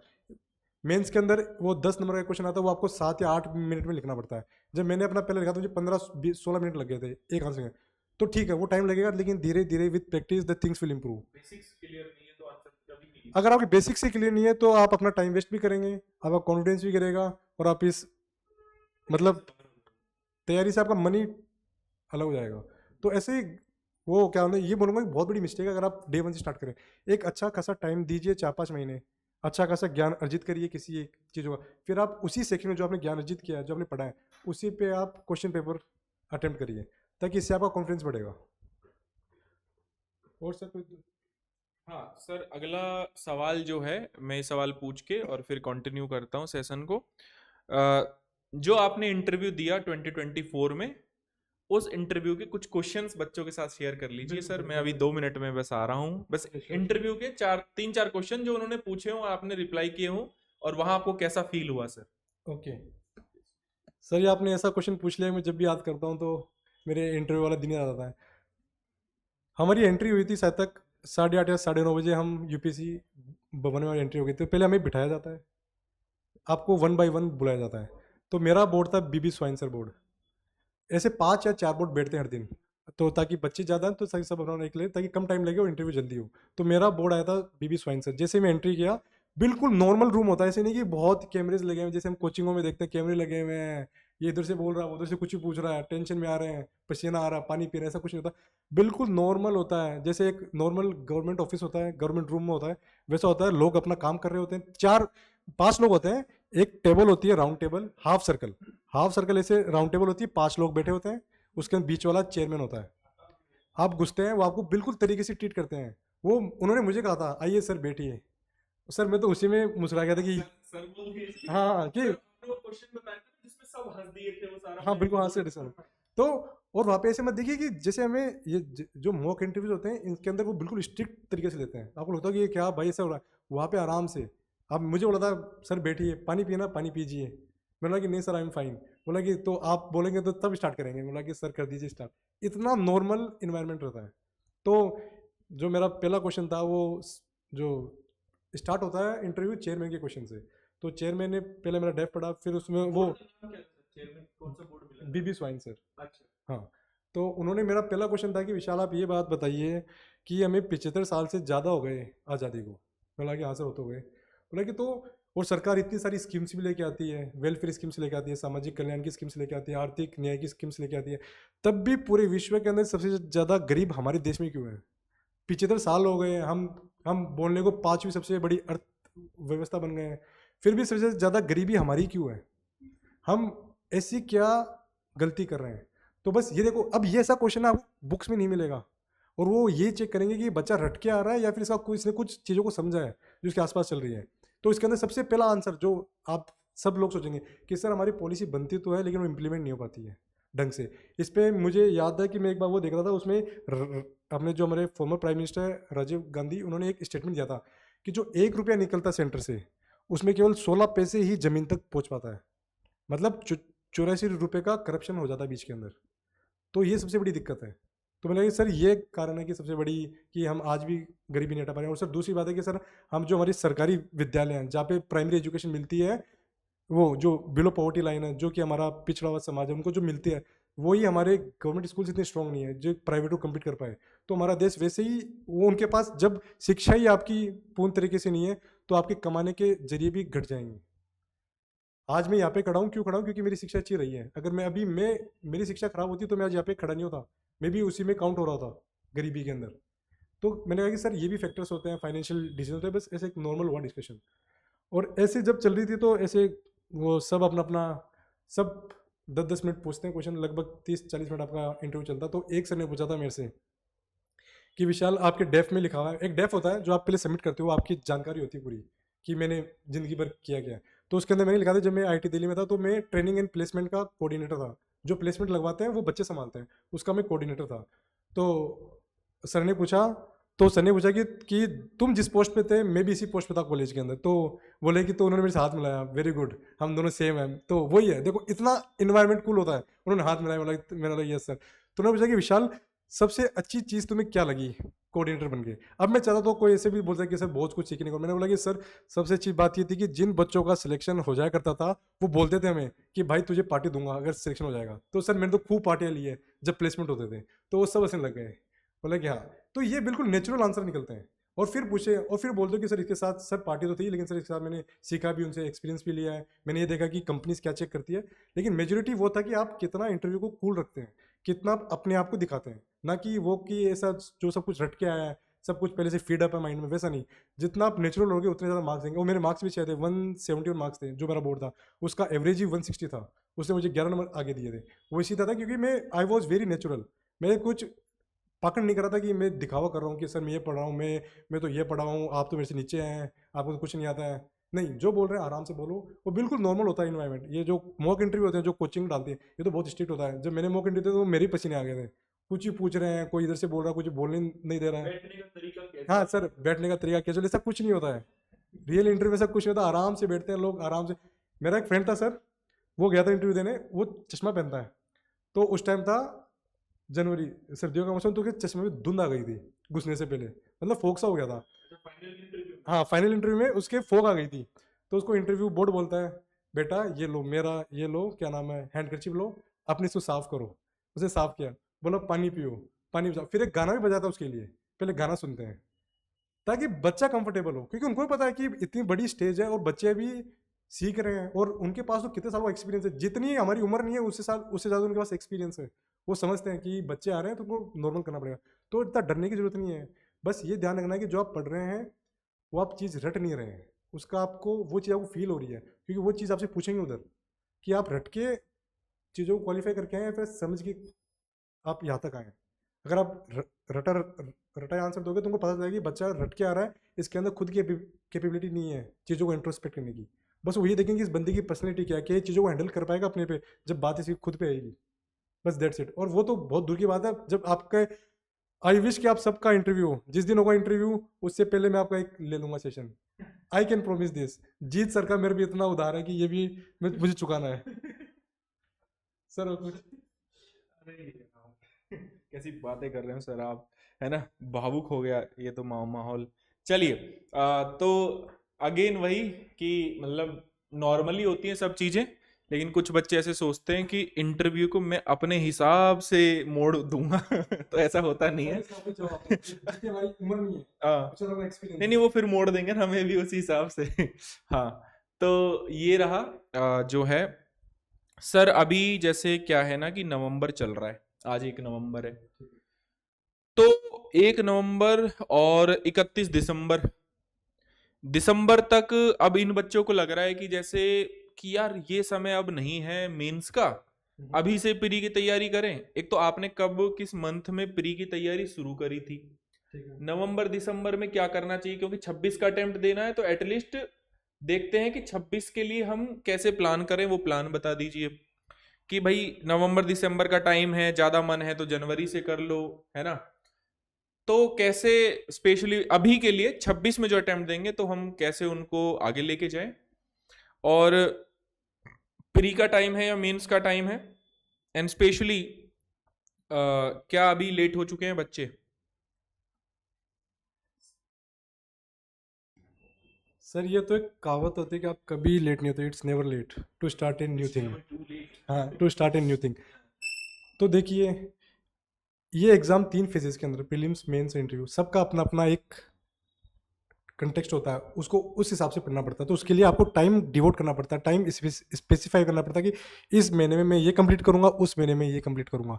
ये जो चल रहा है नवंबर दिसंबर, this time is, I would say कि आप प्रीलिम्स पढ़ते रहिए, लेकिन मैक्सिमम टाइम अपना अलोकेट करिए मेंस को, क्योंकि ये टाइम आपको वापस नहीं मिलेगा। एक बार मेंस निकल जाएगा, क्या प्रीलिम्स निकल जाएगा, आपको सिर्फ 3 महीने मिलेंगे। 3 महीने के अंदर आपको क्या क्या करना होगा, मेंस पढ़ना होगा, टेस्ट सीरीज लगानी होगी, वापस रिविजन करना पड़ेगा, फिर उस टाइम आप कुछ नया नहीं पढ़ पाएंगे।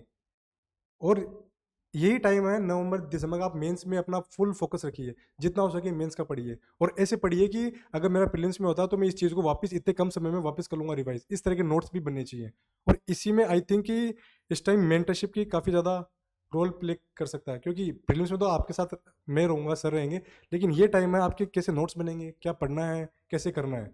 इस टाइम आप, अब जैसे 2 महीने बचे हैं, ज़्यादा टाइम नहीं है, तो इस टाइम मैक्सिमम इंश्योर करिए कि आप मेंस का पढ़ रहे हो और ठीक गाइडेंस से पढ़ रहे हैं। उसके लिए मेंटरशिप के साथ, जो भी आपका मेंटर है, जो कोई भी हो, उसके साथ टच में रहिए कि सर मैंने ये कंप्लीट कर लिया है, इसके नोट्स हो गए हैं, मैं इसको पढ़ूंगी जब मेरा प्रीलिम्स क्वालिफाई जाएगा, लेकिन अभी मुझे आइडिया हो गया है कि मुझे ये पढ़ना है, ऐसे पढ़ना है। एक बार मैंने पढ़ भी लिया है, थोड़े बहुत इसके मैंने PYQ भी देख लिए मेंस के।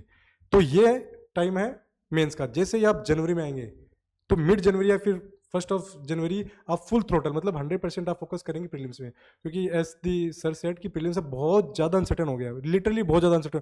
मैं दूंगा 26 वाला, मुझे खुद को नहीं है कॉन्फिडेंस में निकाल पाऊंगा, नहीं निकाल पाऊंगा, इतना अनसर्टन एग्जाम हो गया है। तो अनसर्टेनिटी को बीट करने का एक ही तरीका है, कॉन्फिडेंस। कॉन्फिडेंस किससे आएगा, स्टैटिक से। तो जनवरी से स्टार्ट करिए, जब भी एग्जाम हो बार बार करिए स्टैटिक को रिवाइज, साथ साथ करंट अफेयर्स को देखते रहिए, प्लस टेस्ट सीरीज लगाते रहिए। तो वाला टाइम आएगा आपका प्रीलिम्स का जनवरी के बाद, या फिर on the mid of January और द स्टार्ट ऑफ जनवरी, तब आप पूरा फोकस करिए प्रीलिम्स पे। लेकिन जो ये नवंबर दिसंबर है, इसमें आप मेंस पे फोकस करिए, बस मेंस पे फोकस करिए। अपना 20% टाइम जो है पढ़ते हैं, 20% टाइम आप प्रीलिम्स को दे सकते हो कि करंट अफेयर्स में क्या चल रहा है, कुछ देख लिया, कुछ पढ़ लिया, ठीक है। कोई चैप्टर भूल रहा था बार बार लक्ष्मीकांत का, वो पढ़ लिया, ठीक है। लेकिन जो अपना 80% टाइम है, ये आप डिवोट करिए सिर्फ और सिर्फ मेंस के लिए।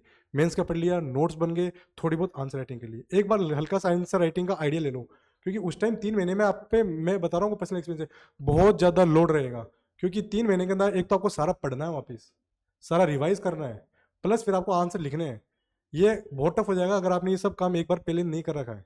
तो ये टाइम है अभी, सारे बोलते हैं कि अपना एक बॉक्स बना के रखिए, जिसमें वाली बंदूकें हो जो काम आए, जैसा दुश्मन आए वैसी बंदूकें निकालिए।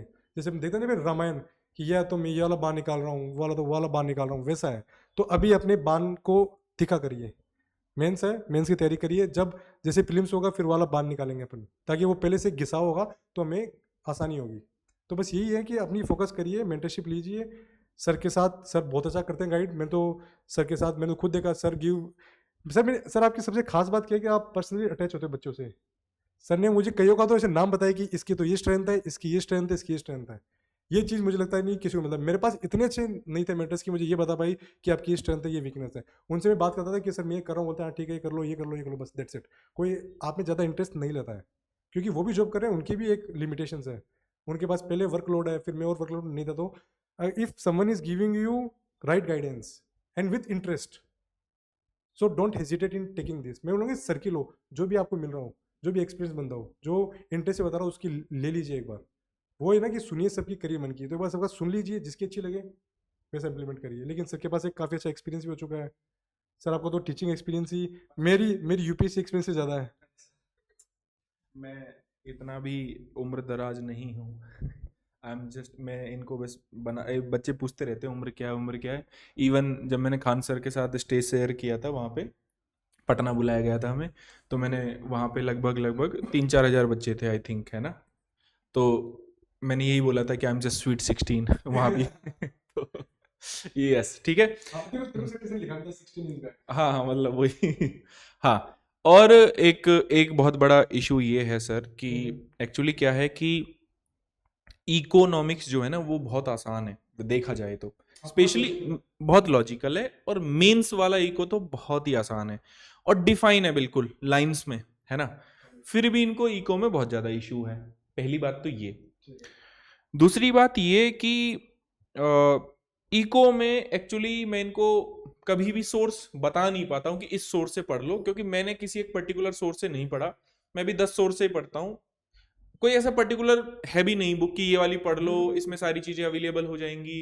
तो ऐसे में मैं कभी इनको बता नहीं पाता हूँ, क्योंकि और इको इनको बहुत ज्यादा हार्ड लग रहा है। और मुझे ऐसा लग रहा है कि मैं हमेशा इनसे यही कहता हूँ क्लास में कि अगर प्रीलिम्स निकालना है तो polity, eco, geography, international relation में जितनी भी लोकेशंस होती हैं, ऑर्गेनाइजेशंस, इन पे अगर अच्छी कमांड है।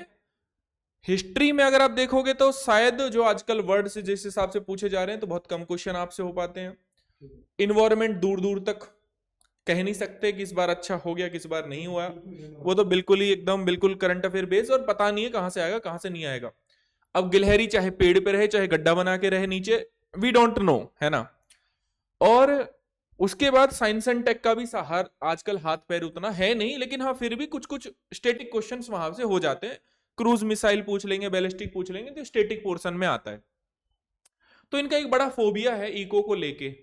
तो कोई सोर्स अगर आप बता पाए वो तो बहुत अच्छा होगा, अदरवाइज मैं बैच तो लेके ही आ रहा हूँ इनके लिए। इको का बैच बहुत जल्दी आ रहा है, एंड स्पेशली मतलब सबको मतलब मुझे पता है कि यहाँ जितने भी लोग बैठे हैं उन सबको इको में प्रॉब्लम है, तो फाउंडेशन जो इको है वो मैं पढ़ाने वाला हूँ बहुत जल्दी। बट कोई सोर्स अगर आप बताएं तो बहुत अच्छा हो जाएगा सर, जो आपने फॉलो किया हो। सर जैसे आपने कहा कि इको बिल्कुल लॉजिकल है, सबसे कम रटना अगर किसी सब्जेक्ट में है वो इको ही है। अगर आप एक कंसेप्ट क्लियर हैं, रटने की जरूरत ही नहीं है। और सर आपने सोर्स पूछा, मैंने तो रमेश सिंह की बुक आती है सर, मैंने वो पढ़ी थी। और प्लस जो मेरे ये जो I was in touch with the sir, Raja sir जो आपके साथ अनंत में पढ़ाते हैं, उनके नोट्स भी थे मेरे पास। बस इन दो से मेरा काम हो गया था, I was done and dusted. तो बस अगर आपको कोई टीचर बता रहा है कि ये कंसेप्ट है, वो अगर आप वो कंसेप्ट समझ पा रहे हो, देखिए कंसेप्ट समझने दो तरीके हैं, तो आप खुद से पढ़ लो, समझ में आ गया बेस्ट है। अगर दिक्कत हो रही है तो आप किसी की हेल्प लीजिए जो इसमें एक्सपर्ट हो, जो कि टीचर्स होते हैं, आप उनसे लीजिए, वो भी आपको पढ़ा देंगे।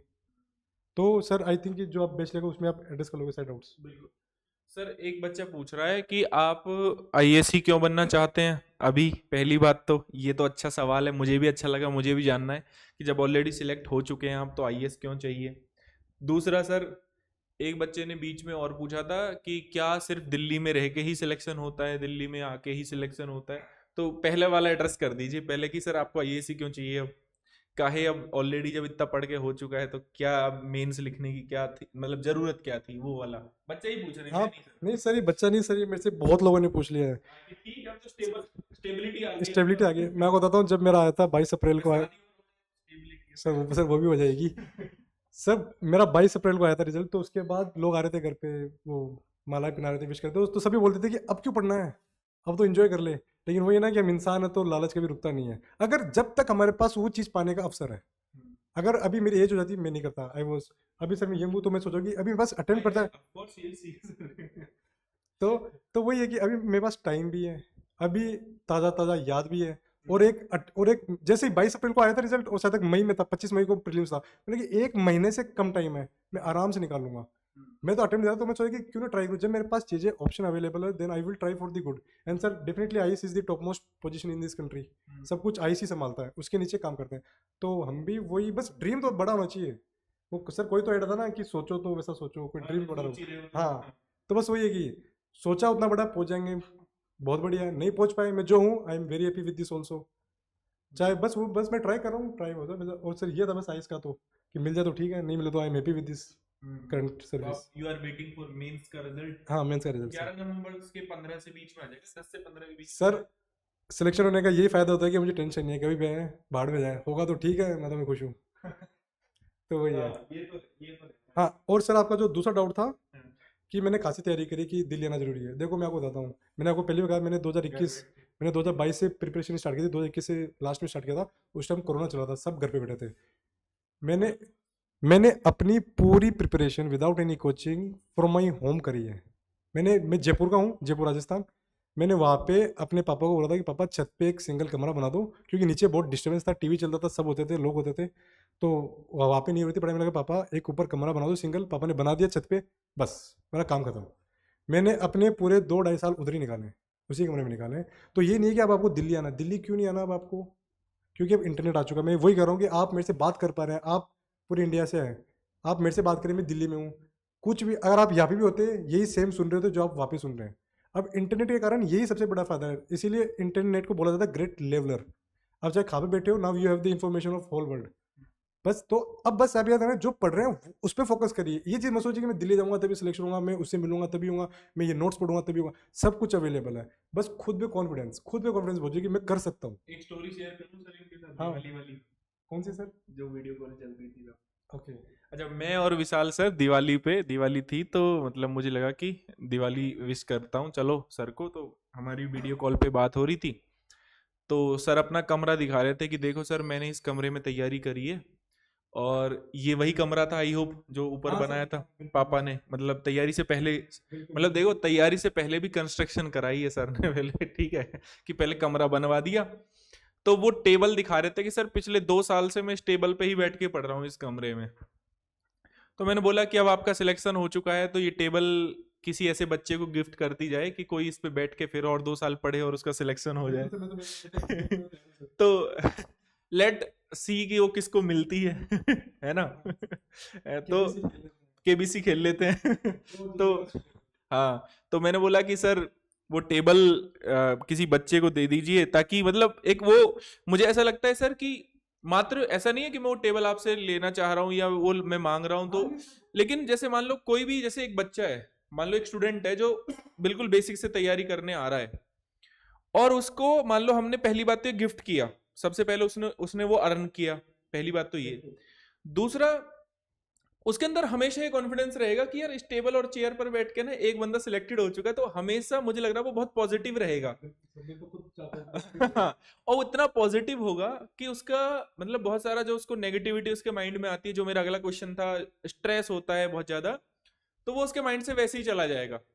तो ये पर्सपेक्टिव था मेरा, ये नहीं सोचिएगा कि टेबल लेना चाह रहा हूँ तो, हाँ। तो सर मेरा एक और सवाल था कि बहुत ज्यादा बच्चे मतलब डिस्प्रेशन में चले जाते हैं। आई मतलब डिप्रेशन को आई कोड डिस्प्रेशन, बिकॉज मैंने वो रील देखी थी, है ना। बहुत ज्यादा मतलब परेशान हो जाते हैं, ओवर थिंकिंग की वजह से ऐसा होता है ना। तो ऐसा क्यों, मतलब इसको कैसे मैनेज करें, या फिर ये नॉर्मल है मतलब तैयारी के दौरान? सर अब डिप्रेशन ऐसी चीज़ हो गई केवल यूपीएससी नहीं, बिल्कुल आप कुछ भी करिए, दुनिया में ज़्यादातर लोग डिप्रेस्ड ही हैं। ये इस कारण हो रहा है, ये भी एक, सर दोनों टाइम होता है सर, शादी की तो बात ही मत करिए। तो ये तो जो आपका डिप्रेशन है वो मैंने क्यों कहा कि क्यों होता है, पहली बात बहुत लंबी जर्नी है, 1-1.5 साल का तो कोर्स होता है, उसके बाद आपके अटेम्प्ट्स होंगे, और फिर सबसे कारण है कि आप इस टाइम 20s के अंदर हैं।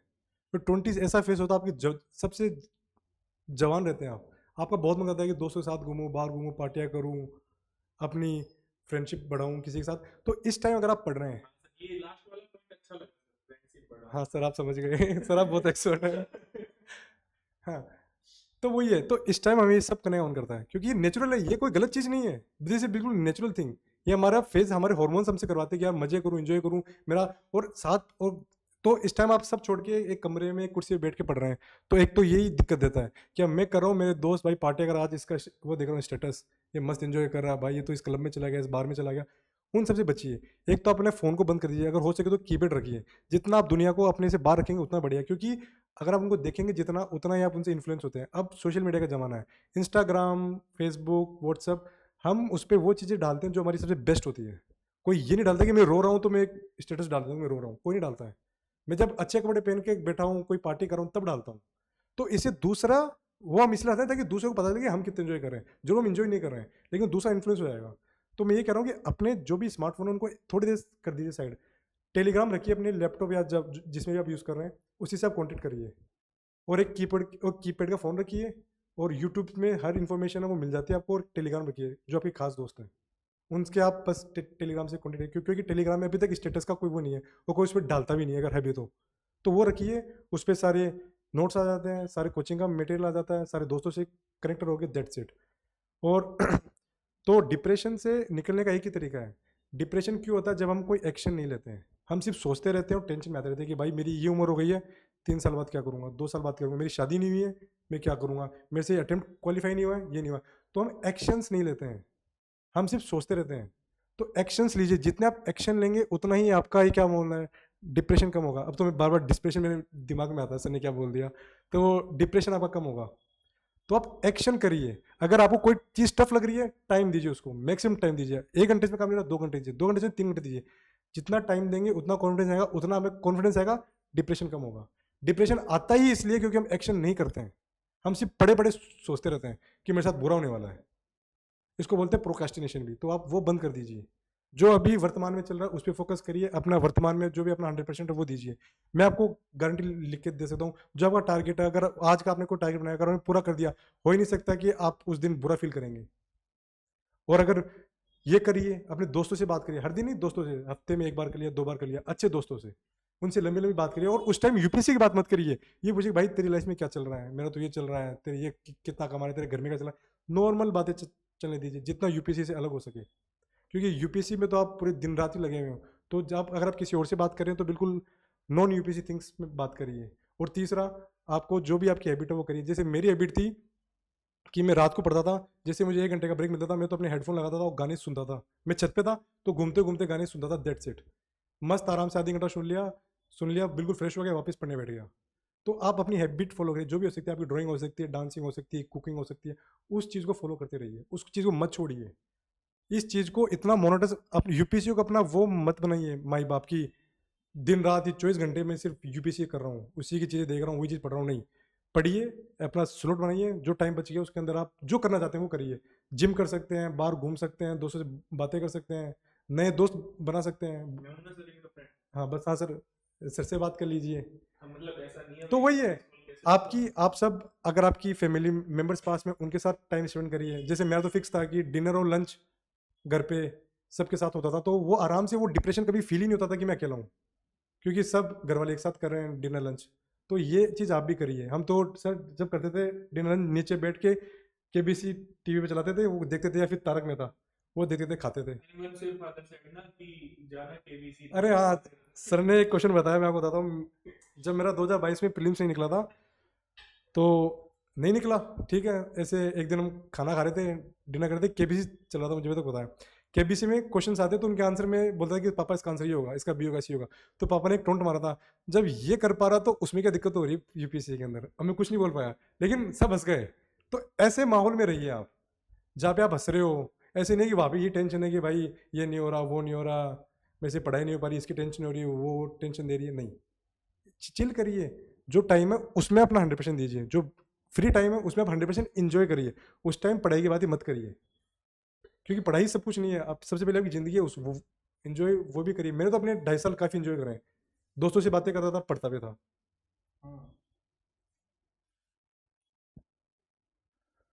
सर अब बच्चों के क्वेश्चंस ले हाँ, लेते हैं। मैं भी बोलने वाला था। हाँ हाँ, 1 बाय 1 करके एक एक करके क्वेश्चन ले लेते हैं। तो कौन, देखो प्लीज, मतलब ये वाला हाथ मत उठाना, यहाँ पे नीचे ना एक वो होगा नीचे, रेज योर हैंड वाला, तो 1 बाय 1 करके हाथ उठाइए। सबसे पहले हाथ उठाया है खुशबू ने। Yes Khushboo, please ask your question, unmute yourself. Khushboo अपने आप को अनम्यूट कर लीजिए, गुड इवनिंग पूछिए सर। जी। Yes sir. पूछ, हाँ जी नमस्कार, बताइए। मेरा क्वेश्चन है आंसर राइटिंग को लेकर। अच्छा, किससे जुड़ा है? आंसर राइटिंग, क्या क्वेश्चन है आपका खुशबू?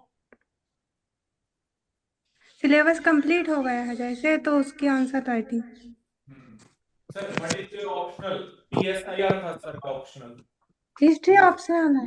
हाँ ठीक है, और आंसर राइटिंग कैसे करें सर, आंसर राइटिंग?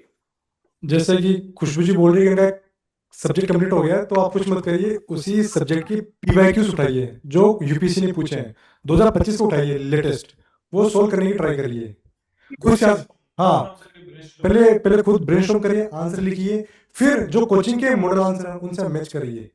अगर आप ये कर लेते हैं, उसके बाद आप टॉपर्स आंसर को भी देखिए, पिछले सालों की उनके क्वेश्चन देखिए कि इस बंदे ने ये टॉपर था, इसने ऐसे अटेम्प्ट किया है, मैंने ये लिखा है, मैं इतना इससे अलग हो रहा हूँ, मुझे ये ध्यान देना है बस। वो कुछ मत करिए किसी सर भी। आंसर तो बोलिए बोलिए। आंसर तो लिख लेते हैं पर एवरेज आंसर लिखते हैं। एवरेज आंसर मतलब एक्चुअली, हाँ सर मेरा डाउट है, आपको छोड़ के मेरा डाउट है कि बच्चे जो है ना ये पता नहीं कर पा रहे हैं। जैसे आशु से भी आज मेरी बात हो रही थी सुबह कि मतलब जो भी ये लिख रहे हैं इनको लग रहा है कि ये एवरेज है बस। अबव एवरेज कैसे हो? तो इनको मतलब जिस दिन, हालांकि ये फीलिंग अच्छी फीलिंग है, तब ये ज्यादा मेहनत करेंगे, है ना, बट इनको ये फीलिंग आती है ये तो बहुत एवरेज क्वेश्चन है, बस ऐसा है। तो एवरेज क्या होता है सर, और अबव एवरेज कैसे लिखें? और ज्यादा अबव एवरेज लिखेंगे तो शायद 20 में से 5 ही लिख पाएंगे, है ना, ये भी होता है। देखिए, सबसे पहले कि आपको क्वेश्चन पे डाउट है कि एवरेज क्वेश्चन है, आप यूपीसी की सोल्व करिए। अगर वो क्वेश्चन आपको एवरेज लग रहे हैं तो ये एग्जाम आपको निकल जाएगा, कॉन्फिडेंस है आपके अंदर। अगर और एवरेज आंसर आपको लग रहा है, देखिए जब आप स्टार्ट करते हैं हर आंसर, जब आप कोई आंसर स्टार्ट करते हैं खुद को हमेशा एवरेज ही लगता है। मैं आपको बताता हूँ, जितने आंसर मैंने लिखे मुझे लगता था मैं इससे बढ़िया लिख सकता हूँ, हमेशा लगता है, हमेशा। Even on the day of the mains मुझे जब मैं बाहर आया तो मुझे लगता है इससे बढ़िया आंसर मैं लिख सकता था। लेकिन हम ह्यूमन बींग्स हैं, 20 क्वेश्चन लिखने हैं 3 घंटे के अंदर। एक क्वेश्चन को 10 मार्क को 7 से 8 मिनट मिलते हैं, 15 वाले को 10 से 11 मिनट मिलते हैं। इसके अंदर आपको इतना तेज सोचना पड़ेगा, जो आता है आपको वो लिखना पड़ेगा। परफेक्ट आंसर नहीं होता है। Don't forget we are writing an humanities exam, arts का एग्जाम लिख रहे हैं हम। इसके अंदर कुछ परफेक्ट कुछ नहीं होता है, सब अच्छा लिखते हैं। बस कौन ज्यादा इंफॉर्मेशन लिखता है वो अच्छा आंसर हो जाता है, कोई परफेक्ट आंसर कोई नहीं लिखता है। और अगर आपको लग रहा है कि आप बहुत ही मतलब बिलो एवरेज लिख रहे हैं, तो एक बार आप टॉपर्स आंसर कॉपी उठाइए, उनसे मैच करिए। जो क्वेश्चन का आंसर उन्होंने लिखा है वही क्वेश्चन का आंसर एक बार आप खुद लिखिए बिना देखे, फिर मैच करिए कि इस टॉपर ने इतना कुछ लिखा है, मैंने इतना कुछ लिखा है, ठीक है, मेरा 80% मैच हो रहा है, 20% मैच हो रहा है, तो एक कॉन्फिडेंस आएगा आपके अंदर कि चलो मैं 80% उससे क्लोज आ गया, 20% थोड़ा और इम्प्रूव करना है। जैसा जैसा आपका परसेंटेज दूर जा रहा है, मतलब उतनी आपको और मेहनत करनी है, उतना आपको और अच्छा करना है। ये मत सोचिए कभी मैं परफेक्ट आंसर लिखूंगा, कभी नहीं होता परफेक्ट आंसर। परफेक्ट आंसर जो कॉपी चेक करा उससे भी लिखवा लो, वो भी परफेक्ट आंसर नहीं लिख पाएगा। ये साइंस का एग्जाम थोड़ी कि फिक्स आंसर इसका एक। तो अगेन, जैसे कि मैंने 3 क्लास आंसर राइटिंग पे मेरी यूट्यूब पे डाली हुई है, और मैंने उसमें यही बताया एग्जैक्टली कि अगर मैं भी यहाँ ये आंसर लिख रहा हूं तो ऐसा नहीं है कि दिस इज परफेक्ट, मतलब इसके बियॉन्ड भी आप लिख सकते हैं। बट मैं ट्राई करता हूं कि I will cover each and every dimension which will ask by the UPSC, या जो क्वेश्चन में पूछा हुआ है वो डायमेंशंस कवर करने की कोशिश करता हूं। और हर चीज के 5-6 डायमेंशन पता है, वो बहुत हैं, वो लिखो और आगे बढ़ो टाइप है ना। चलिए, आकाश, आकाश अनम्यूट कर लो अपने आप को और पूछ लो अपना सवाल। क्या सवाल है आकाश?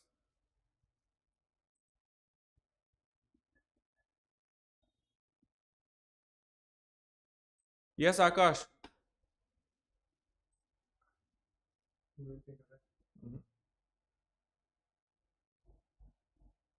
सिद्धार्थ, सिद्धार्थ आप पूछ लीजिए, अनम्यूट करिए अपने आप को और क्वेश्चन पूछिए। सिद्धार्थ,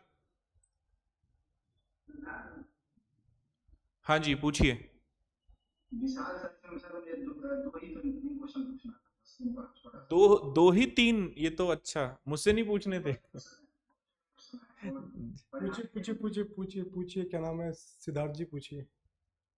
पहला क्वेश्चन है कि सर यूपीएससी जो क्वेश्चन आते हैं 10 और 15 मार्क्स का, तो हिंदी हमारी हिंदी मीडियम स्टूडेंट्स को अपने कितने मार्क्स अब तक मिले हैं? और जब मैं अपने आंसर को लिखता हूँ तो लगता है कि 4-5 से ज्यादा भी आ नहीं जाता। देखो देखो सुनिए, किसी को नहीं पता यूपीसी किस आंसर चेक करती है, सब अनुमान लगा रहे हैं। कोई आंसर शीट बाहर नहीं आती, कॉपी चेक हुई, सब अनुमान लगा रहे हैं कि इसमें 4 मिलेंगे, इस 5 मिलेंगे, मैक्सिमम 5 मिलेंगे। ऐसा कुछ नहीं होता है। मुझे खुद को नहीं पता कॉपी कैसे चेक होती है आंसर की। आप उस पर फोकस मत करिए कि मुझे कितने मार्क्स मिलेंगे, आप इस पर फोकस करिए कि जो क्वेश्चन पूछा है उसका मैं प्रॉपर आंसर दे पा रहा हूँ नहीं पा रहा हूँ, बस। ये ज़्यादा दिमाग मत लगाइए, इसी में फिर आपको होगी टेंशन कि यार इसमें तो इतने मार्क्स देगा। वो अपना काम ही नहीं है, जो अपने हाथ में नहीं है उस पर क्यों दिमाग लगा रहे हो? अपने हाथ में क्या है? प्रिपरेशन, लिखना, खत्म बात। ये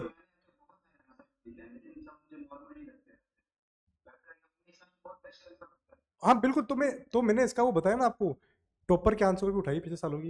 अपने हिसाब से बेस्ट लगता है उसको आंसर, तो ऐसा करो कि इसलिए लिखो कि 2 से 3 बार उसको पढ़े तो पता लग जाए। हाँ नहीं नहीं वही, नहीं सर, अगर आप में कॉन्फिडेंस है बेस्ट आंसर लिखा तो एक काम करिए, कुछ मत करिए।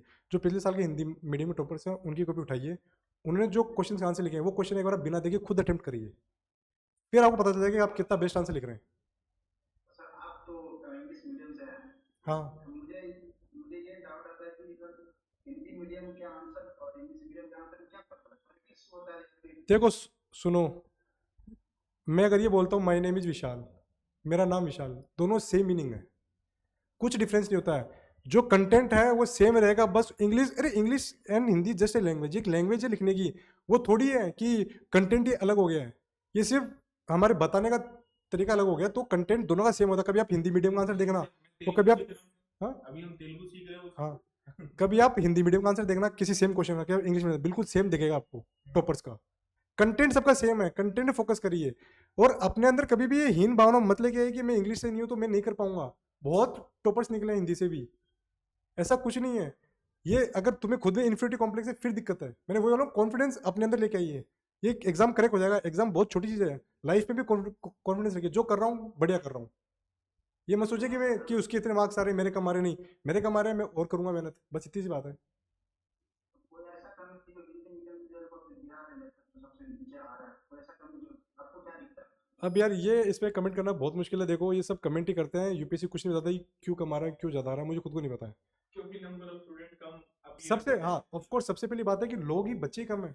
सिलेक्शन कितना परसेंट है यूपीएससी का? 0.1% है। अगर उसी के अंदर हिंदी मीडियम के इतने कम होंगे तो 0.1 तो उनका और भी कम होगा। इंग्लिश के ज्यादा है तो ज्यादा हो रहे हैं सिलेक्ट, इसलिए आपको ज्यादा दिख रहे हैं। ये तो ऐसी बात हो गई कि नहीं सर, एक एज भी तो है सर वो मैं, एज एज मतलब द बैकग्राउंड एज, हाँ बिल्कुल ठीक है, द इकोनॉमिक एज, ठीक है। आईआईटी एनआईटी और जो DU exposure that they have, तो मतलब उसमें थोड़ा सा डिफरेंस तो है ही। बिल नहीं देखो, और इससे कोई डिनाई नहीं नहीं कर नहीं सकता नहीं है। बिल्कुल देखो, मतलब थोड़ा सा उसके लिए शायद किसी को बुरा लगेगा, बट एग्जैक्टली वो एज और वो एक्सपोजर थोड़ा बेटर तो है। Sir I definitely agree with this. Exposure है, जैसे हमारी पाँचों उंगलियां सेम नहीं होती तो हम सब इक्वल तो हो ही नहीं सकते किसी भी रेस्पेक्ट के अंदर। कोई आपसे आगे कोई पीछे है, अगर आप पीछे हो तो एक्स्ट्रा मेहनत करिए, यही एक होता सोल्यूशन। आज हमारे प्राइम मिनिस्टर हैं वो काशी उठे हुए हैं, बिल्कुल नीचे से उठे हुए हैं, वो बन गए वहाँ तक, तो भाई हमारी क्या दिक्कत हो रही है? हमेशा पॉजिटिव एटीट्यूड रखिए लाइफ के प्रति। ऐसा मत देखिए कि वो आगे तो मैं तो पीछे रहूंगा, वो तो आगे है मेरे से, मैं कुछ नहीं कर सकता। मैं आपको बताता हूँ, जब मैंने इसकी मेरा पूरा ग्रेजुएशन तक मेरा पूरा बैकग्राउंड टेक्निकल रहा, बिल्कुल टेक्निकल। मुझे आर्ट्स का ये भी नहीं पता था कि क्या होता है। जब मैं स्टार्ट किया तो ये भी नहीं था कि हमारी दो सरकारें हैं, एक राज्य सरकार एक केंद्र सरकार, मुझे यहाँ तक नहीं पता था। मैंने यहाँ से स्टार्ट किया था बिल्कुल बेसिक से, लेकिन मुझे कॉन्फिडेंस था कि कर लूंगा, ज़्यादा टफ नहीं है, ये तो पढ़ना है, एक किताब ही तो, दो किताब ही तो, नोट्स आ ही गए हैं, खत्म बात, सीख लूंगा किसी से। तो कॉन्फिडेंस अपने अपने अंदर रखिए। मैं बता रहा हूँ मुझे तो बिल्कुल पता नहीं था आर्ट्स के बारे में कि भाई हिस्ट्री में ये मुझे तो मुगल और दिल्ली सल्तनत दोनों एक ही लगते थे। मैं तो बाद में आके पढ़ा कि भाई चलो अकबर का इतनी बार नाम सुनता हूँ, बचपन में पढ़ा था 8th 9th के अंदर, भूल गए थे तब तक। लेकिन वही है, मेहनत करो, पीछे हो मेहनत करो, यही एक ऑप्शन है अपने पास। आपके पास बेस्ट ऑप्शन है ना कि आप सेलेक्टेड कैंडिडेट से बात भी कर सकते हैं। हाँ तो आप भी तो वही कर रहे हैं, आप भी तो वही कर रहे हैं अभी। वो आप कॉल में बात कर रहे थे, हालांकि पहले बात करने आप सोचिए आप सोचिए आप सोचिए, मैं तो फोन पे कर रहा हूँ, आप तो वीडियो कॉल कर रहे हैं मेरे से, कौन सा बढ़िया है? हाँ तो आप बिल्कुल मिल लेंगे, आप मुझे भी आऊंगा, दिल्ली आ जाऊंगा, मिल लीजिए। थोड़ी अवेलेबल होते थे उनके लिए, बट वो भी वीक में हाँ बिल्कुल, मैं भी उनसे अपॉइंटमेंट मांगता था कि सर, मैं उनको नॉर्मली संडे को कॉल करता था क्योंकि संडे को उनका ऑफ होता था, मैं तभी उनको कॉल करता था। अब देखो, अब ये भी एक थिंकिंग होती है कि मुझे कि इसको वो मिल रहा है मुझे वो नहीं मिल रहा है। अरे भाई आजकल सब कुछ ऑनलाइन है यार, मैं ऑनलाइन आपसे बातें कर रहा हूँ, आपको जो पूछना आप ऑनलाइन पूछ लीजिए। सर, हम अपने से जो आंसर लिखा जाता है या हम लोग लिखते भी हैं तो उसको इवेलुएट अपने खुद से करते हैं, या फिर कोई ऐसा कोई सोर्स भी नहीं है जहाँ पे अपलोड करो तो वहाँ पे कुछ फीडबैक आए वो भी जल्दी ऐसा? तो इसीलिए तो मेंटरशिप चलती है। आप लिख के आंसर अपने मेंटर को भेजिए, जो भी आप मान रहे हैं वो आपको फीडबैक देगा, उसके पास एक्सपीरियंस है। वही तो बोल रहा था, मेंटर उसको बनाइए जिसके पास एक्सपीरियंस है। हाँ, थैंक यू किसी सो एक मच। किसी एक बिल्कुल नए बच्चे को मत बनाइए क्योंकि उसको खुद को नहीं पता कि करना क्या है। तो वो इसीलिए मेंटरशिप चलती है मार्केट के अंदर, टू गाइड द पीपल। ठीक है सिद्धार्थ, ठीक। ओके। Good evening sir. कौन पूछ रहा है? आकाश। हाँ hello Akash, good afternoon. Good evening sir. Sir एक तो स्मॉल क्वेश्चन था, स्मॉल डाउट था। पूछिए पूछिए। हाँ सर, मैं ये कह रहा था जो अभी 12 अक्टूबर को हुआ यूपीपीसीएस का, उसमें सी सेट का मेरा कंप्लीट है, उसमें क्वालिफाई और 95 प्लस नंबर है। तो क्या अभी अभी से मतलब अभी तो मैं मेंस का राइटिंग शुरू कर दिया हूँ, और उसमें थोड़ा सा बताएंगे उसके बारे में कुछ? देखिए मैं राजस्थान से हूँ, अगर आप मेरे से आरपीसी का पूछते मुझे तो उसका भी आइडिया नहीं है। मैं तो सिर्फ इसी पे फोकस रखा था यूपीएससी पे, तो मैं उस पर गाइड नहीं कर पाऊंगा टू बी वेरी ऑनेस्ट, मुझे पता भी नहीं है कितनी स्टेजेस है क्या सिलेबस है। पर इनको मनीषा मैम से मिलवाया था, ओके मैम। हाँ मैम ओके से, गौरव सर की जो ओके वाइफ है उनसे मिलवाया था। और क्योंकि मैम ऑलरेडी पहले यूपीपीएससी क्वालिफाइड कर चुकी थी और फिर उनके बाद उनका यूपीएससी में सिलेक्शन हुआ था। तो अब इनका ये स्वाभाविक डाउट है आकाश, है ना? तो आई विल ट्राई कि मैं एक बार इस पे हम चर्चा करेंगे अलग से दोनों, ठीक है? यू जस्ट कॉल मी और जस्ट मतलब एक मैसेज कर दीजिए मुझे, है ना? And then we will talk on this, ठीक है? ठीक। Okay. Yes, next Jyoti. Jyoti. Sir Ravi, इसके बाद रुक जाओ। ज्योति, एक second. Good good evening sir. Good evening Jyoti ji, पूछिए। सर, स्कॉलर के जो मतलब जीएस में और ऑप्शन में जो हम वहाँ पे उनको कोट करते हैं, तो जो वो बोल रही है तो हमको मतलब वो पूरा का पूरा जो सेंटेंस रहता है वो पूरा वैसा सेम रखना पड़ेगा, या फिर अपन समझ के अनुसार लिख सकते हैं वहाँ पे? देखो मैंने आपको पहले कहा था, इस एग्जाम के अंदर उनको वो बच्चे चाहिए जो समझ के बोल रहे हैं, वो हर चीज होगा। तो एग्जैक्ट कोड तो कुछ होता ही नहीं है। अब एग्जैक्ट कोड करेंगे तो आप तो एक पीएसआई पूरे साल के, आप पूरे 10 साल पढ़िए तब भी नहीं निकलेगा। एग्जैक्ट कोड नहीं, जो उसने बोला है जो मैं समझ में आया वो कोड करिए। जैसे मैं तो ये करता था, इस स्कॉलर ने ये बोला है कि भाई, ये बोला सी राजा मोहन ने इस कंसेप्ट में, उसको कोड कर दिया, बस मैं उसका नाम लिख देता था। ट्रिक भी बताओ ना ओके कि सर। एग्जामिनर जब कॉपी लेके, जैसे हम बात कर रहे थे जब, कि सर बहुत सारे कोट मैंने ऐसे लिख दिए थे जो किसी ने कहे नहीं थे, लेकिन मैंने लिखा था कि according to United Nation because the examiner doesn't know about this quote exactly, है ना? मतलब फेमस कोट नहीं थे। ठीक है सर, ये चीजें पब्लिकली बोलनी नहीं चाहिए, लेकिन हम मुझे फोर्स कर रहे हैं। ठीक है। देखिए, हाँ ओके, देखिए मैं आपको एक चीज बता देता हूँ। एग्जामिनर भी एक इंसान ही है, उसकी भी एक लिमिटेड क्षमता है चीज़ों को जानने की। उसके पास और भी काम है, वो प्रोफेसर होते हैं, उनका काम है पढ़ाना। बेसिकली उनका ये नहीं है कि इस एग्जाम में क्या आ रहा है, वो सिर्फ उस चीज़ के ज्ञानी है, इसलिए अपनी कॉपियाँ चेक करते हैं। तो अगर आप उस चीज़ से जुड़ी हुई कोई भी चीज़ लिख देंगे वो ठीक ही मानते हैं। कोई ऐसे घुसता नहीं कि इसने क्या लिख दिया, रुको मैं इसको चेक करता हूँ कि गूगल पे ठीक लिखा नहीं रहा। अगर ऐसे करने लगे फिर तो कभी कॉपियाँ चेक ही नहीं होगी। 1 लाख कॉपी चेक करनी होती है उनको 3 महीने के अंदर। तो उसके अंदर बस वो आइडिया लेते हैं कि इस बच्चे को कंसेप्ट आता है कि नहीं आता, बस ये लेते हैं। वो ये नहीं पूछते कि इसने क्या कहा वो नहीं कहा, वो देख रहा है कि भाई इसने ऐसे कैसे लिख दिया, वो कर रहा है एक दिन एक क्वेश्चन के लिए। That would be very foolish. तो उस चीज़ का टेंशन में आप समझिए चीज़ों को, जो समझ में आ रहा है वो लिखिए। रवि, अब पूछ लो क्या थैंक पूछना। You sir. Okay Jyoti sir जी।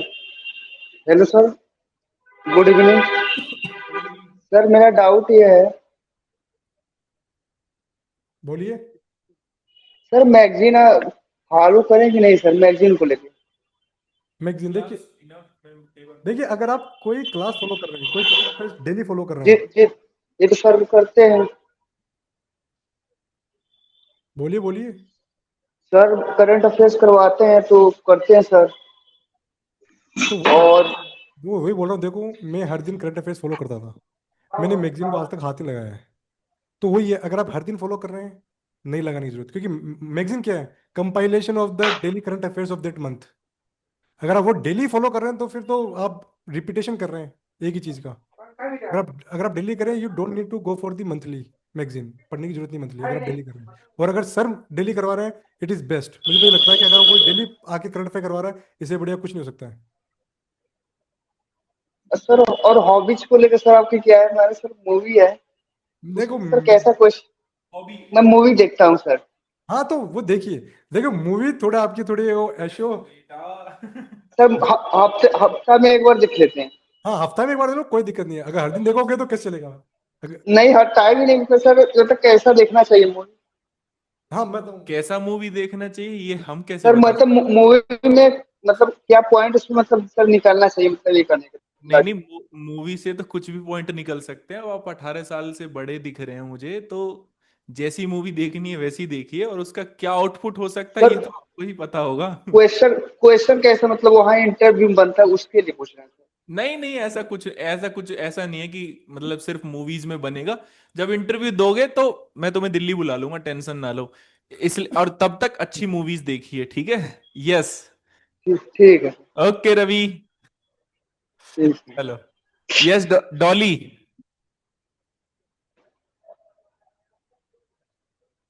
आपकी आवाज नहीं आ रही है डोली। अब आएगी। सर क्या? हाँ एक सेकंड हेलो डॉली। सर। साक्षी इसके बाद पूछना। हाँ Dolly. Good evening sir. Good evening डोली जी। मेरा क्वेश्चन ये था कि जैसे कि जब मैंने प्रिपरेशन स्टार्ट करी थी तब तो मुझे फुली कॉन्फिडेंस था कि मैं फर्स्ट अटेम्प्ट में निकाल लूंगी और सब कुछ कर लूंगी। ठीक है, अभी ओके मैंने जी। फर्स्ट अटेम्प्ट दे दिया है, पर अब मुझे ऐसा लगता है कि यार इतना सारा इतने टाइम से पढ़ाई जब भी कुछ भी नहीं आता या फिर कुछ भी नहीं अभी कर रुक जा, सकते। लाइक क्लास लो थी बाद में ना भी तो जी। ये कौन बोल रहा है बीच में? तो अब इनको अभी ऐसा कॉन्फिडेंस लगता है कि अभी देखिए, कॉन्फिडेंस ज्यादा टाइम तक रहता नहीं है ओके ओके, और सुनिए सुनिए देखिए। मोटिवेशन भी ज्यादा टाइम तक नहीं रहता। देखिए वही बात है, अगर आप लंबा सफर कार से तय कर रहे हैं तो पेट्रोल तो खत्म होगा, आपको पेट्रोल बार बार डलवाना पड़ेगा। और वही आपका मोटिवेशन, आपने स्टार्ट किया था, अच्छी मोटिवेशन है, that is a very good thing. मतलब आपके अंदर कॉन्फिडेंस है, आप ये चीजें कर सकते हैं, सबसे अच्छी बात तो ये है।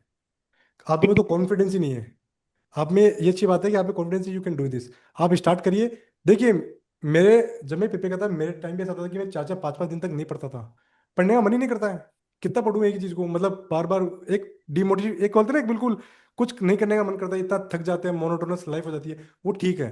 उस टाइम आप कुछ और करिए, दोस्तों से मिल लीजिए, कोई मूवी देख लीजिए, कोई बाहर जाके घूम लीजिए, कोई नई हॉबी डेवलप कर लीजिए। लेकिन मैक्सिमम टाइम आपका 1 हफ्ते का होना चाहिए, उसके बाद आप you should again get back to the studies, वापस फिर उसी कॉन्फिडेंस से पढ़िए बहुत लंबे समय के लिए। ऐसा आएगा टाइम, उसमें ऐसा नहीं है कि केवल सर आपके साथ हो रहा है, ये सबके साथ होता है। सब एक बार डिमोटिवेट फील करते हैं। मैं आपको बताऊं, मैं तो इस 2023 में इसकी तैयारी छोड़ने वाला था, मैं कितना पढ़ूं, मैं दिन रात मेरा ये हो गया था। लेकिन ठीक है, बाद में संभाला, चीजें होगी होगी, धीरे धीरे करी वापस, तो ये होगी। मुझे और तो। सर हाँ मेरा बोलिए ये भी बोलिए। था कि मैं शॉर्ट नोट्स नहीं बना सकती हूँ, जैसे कि सर बोलते शॉर्ट नोट्स बना, मैं ट्राई करती हूँ शॉर्ट नोट्स बना लूँ, पर मेरे तो को ऐसा लगता है कि मैं नोट्स या बुक्स से ही पढ़ने में ठीक रहती। शॉर्ट नोट्स तो बनाना जरूरी है क्या? तो फिर तो आप मेरी तरह ही हैं। सेम ये मेरी स्ट्रेटेजी है, मुझे नोट्स बनाना बहुत बेकार लगता है, मुझे टाइम वेस्ट लगता है। नहीं सर। हाँ लेकिन आप उनके शॉर्ट शॉर्ट नोट्स बिल्कुल बनाइए जिनके मान लो कि 100 100 पेज का एक कंसेप्ट है, या एक टॉपिक है, या फिर एक चैप्टर है। उसके तो आप पक्का बनाएंगे, आप वापस 100 पेज थोड़ी पढ़ने बैठेंगे। अगर कोई छोटा टॉपिक जैसे लक्ष्मीकांत है, मैं उसमें मार्क कर लेता था, ये पढ़ना है, ये पढ़ना है, पढ़ना है, बात खत्म। लेकिन पीएसआई जो मेरा ऑप्शनल है, उसके अंदर बहुत बड़े बड़े टॉपिक्स होते हैं, बहुत सारे। प्लेटो ही हाँ तीनों चलता है। हाँ, प्लेटो के अंदर ही मेरे 30 40 के नोट्स के पे वो आ गए थे क्लास। राहुल सर 1 महीने तो प्लेटो पढ़ाते हैं पूरी। तो वही, क्या आप वापस एक महीने तो नहीं पढ़ सकते ना, उस टाइम आपको नोट्स बनाना है। सो डू, इसको बोलते हैं स्मार्ट नोट मेकिंग। जैसे एक होती है ना स्मार्ट स्टडी, ऐसे होती है स्मार्ट नोट मेकिंग। नोट्स उनके बनाओ जिनको आपको लग रहा है कि बहुत लंबा हो गया है, मुझे इतना टाइम वापस नहीं लगना पड़े, इसलिए मैं इसको कंसाइज करके 1 2 पेज में खत्म करूंगी। ऐसे प्रकार से सर आप नोट्स। आपसे एक क्वेश्चन और, हाँ पूछिए पूछिए।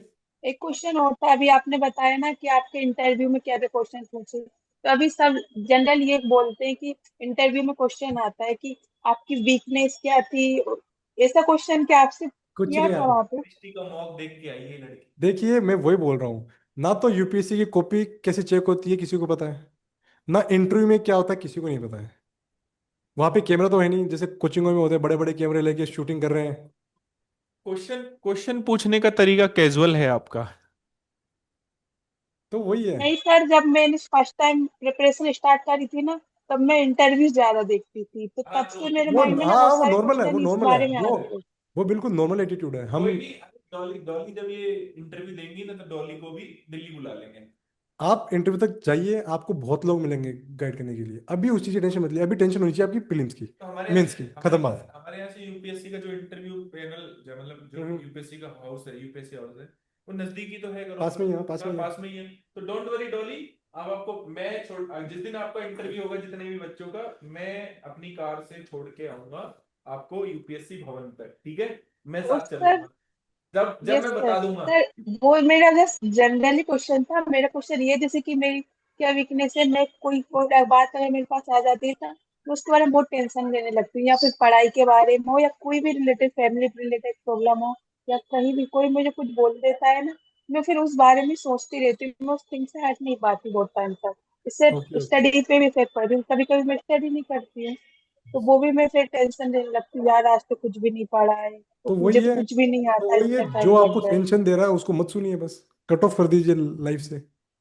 किसी भी चीज़ की टेंशन हो, उसी पे फोकस ही मत करिए। टेंशन होती है कब, जब हम सुनते हैं, जब जब हमारा माइंड सोचता है, माइंड को उस तरफ लेके मत जाइए, खत्म बात। मेरे दोस्त पार्टियां करते थे, मैं आपको बता रहा हूँ। मैं तो क्या, मेरे अच्छे दोस्त हैं वो सब हैदराबाद उधर है, बेंगलोर, वो हर सैटरडे संडे पार्टीज करते हैं। कॉर्पोरेट में यही होता है, 5 दिन काम करो, 2 दिन मस्ती करो। मैं देखता था स्टेटस टेंशन, मैंने व्हाट्सएप भी बंद कर दिया, मैंने वो फ़ोन ही अलग कर दिया, मैं अपना कीपैड फ़ोन लेके आ गया। अब ना तो स्टेटस आएंगे, ना मैं टेंशन लूंगा। तो ये आपको खुद को देखना पड़ेगा कि मुझे क्या चीज़ टेंशन दे रही है और मैं इस पर क्या एक्शन कर सकती हूँ। That's it. जो जो टेंशन दे उसको आप टेंशन दे दीजिए हाँ। और फिर जाने दीजिए। चलिए अगला क्वेश्चन साक्षी पूछना चाह रही है। साक्षी, साक्षी पूछिए।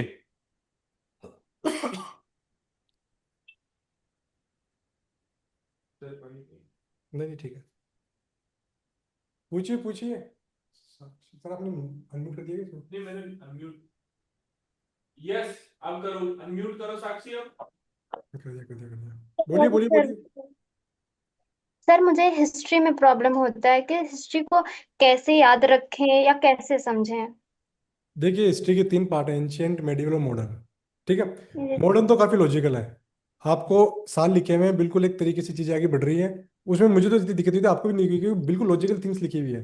पहले मॉडरेट्स आए, फिर एक्सट्रीमिस्ट्स आए, फिर रिवोल्यूशनरीज आए, फिर वो नॉन कॉपरेशन सिविल डिसोबीडियंस होता रहा। तो ये तो बिल्कुल लाइन से चल रहा है। दिक्कत आती है हमें एंशियंट और मेडिवल में, क्योंकि उसमें काफ़ी सारे राजा हैं, सबकी अलग अलग पॉलिसीज है, सबके अलग अलग सिस्टम है गवर्नेंस का।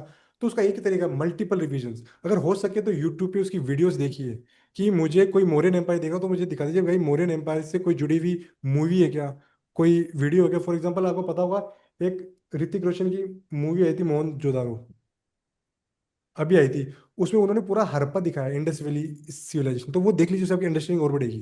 तो आप पढ़िए, उसके साथ साथ कुछ आप विजुअल देखिए, क्योंकि हमारी जो विजुअल मेमोरी है that is more stronger than our texting memory. जब हम टेक्स्ट पढ़ते हैं वो इतना याद नहीं होता है, लेकिन जब कोई कुछ चीज़ देख रहे होते हैं स्क्रीन पे, वो हमें ज़्यादा याद होती है। तो आप वो देखिए, उसका और जो आपका टेक्स्ट उसको बार बार पढ़िए, रिसोर्स को बार बार बार बार बार बार खुद से पूछिए doubts. That's it. Yes sir और था मेरा क्या? हाँ बताइए साक्षी।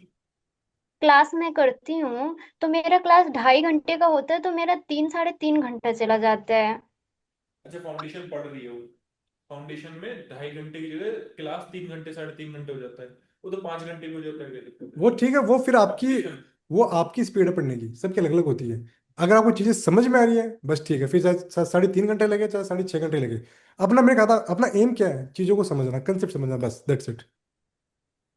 Thank you sir. ओके। चलो अगला क्वेश्चन ले लेते हैं। Archana, Archana Maurya, hmm. Archana. Hello sir. Hello hello. नमस्ते नमस्ते नमस्ते, पूछिए आप। सर। कोई भी चीज होता है, जब मैं पढ़ती रहती हूँ तो ऐसा लगता है कि मुझे सब कुछ आता है, पर जब उसे प्रिपेयर करती हूँ तो लगता है कि मुझे कुछ आता ही नहीं है। तो इसको और कॉन्फिडेंस बोलते हैं इंग्लिश के अंदर।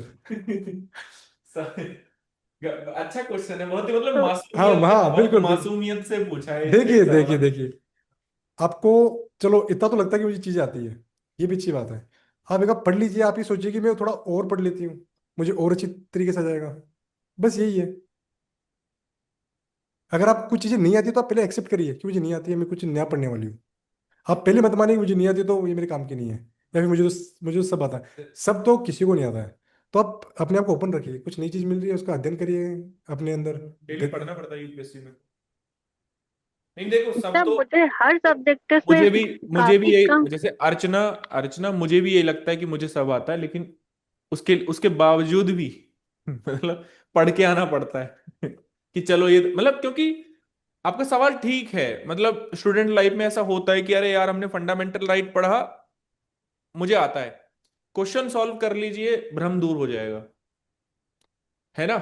या और सर आप किसी ऐसे सीनियर से कुछ क्वेश्चंस बोल के, सर कुछ क्वेश्चंस पूछिए मुझसे इस टॉपिक में, तो भ्रम दूर हो जाएगा कि नहीं यार ये एंगल अभी भी बचा हुआ है मेरा, तो ये भ्रम दूर हो जाएगा उससे। तो ठीक है, मतलब ये बहुत नॉर्मल है, ऐसा होना स्वाभाविक है, बिल्कुल, है ना।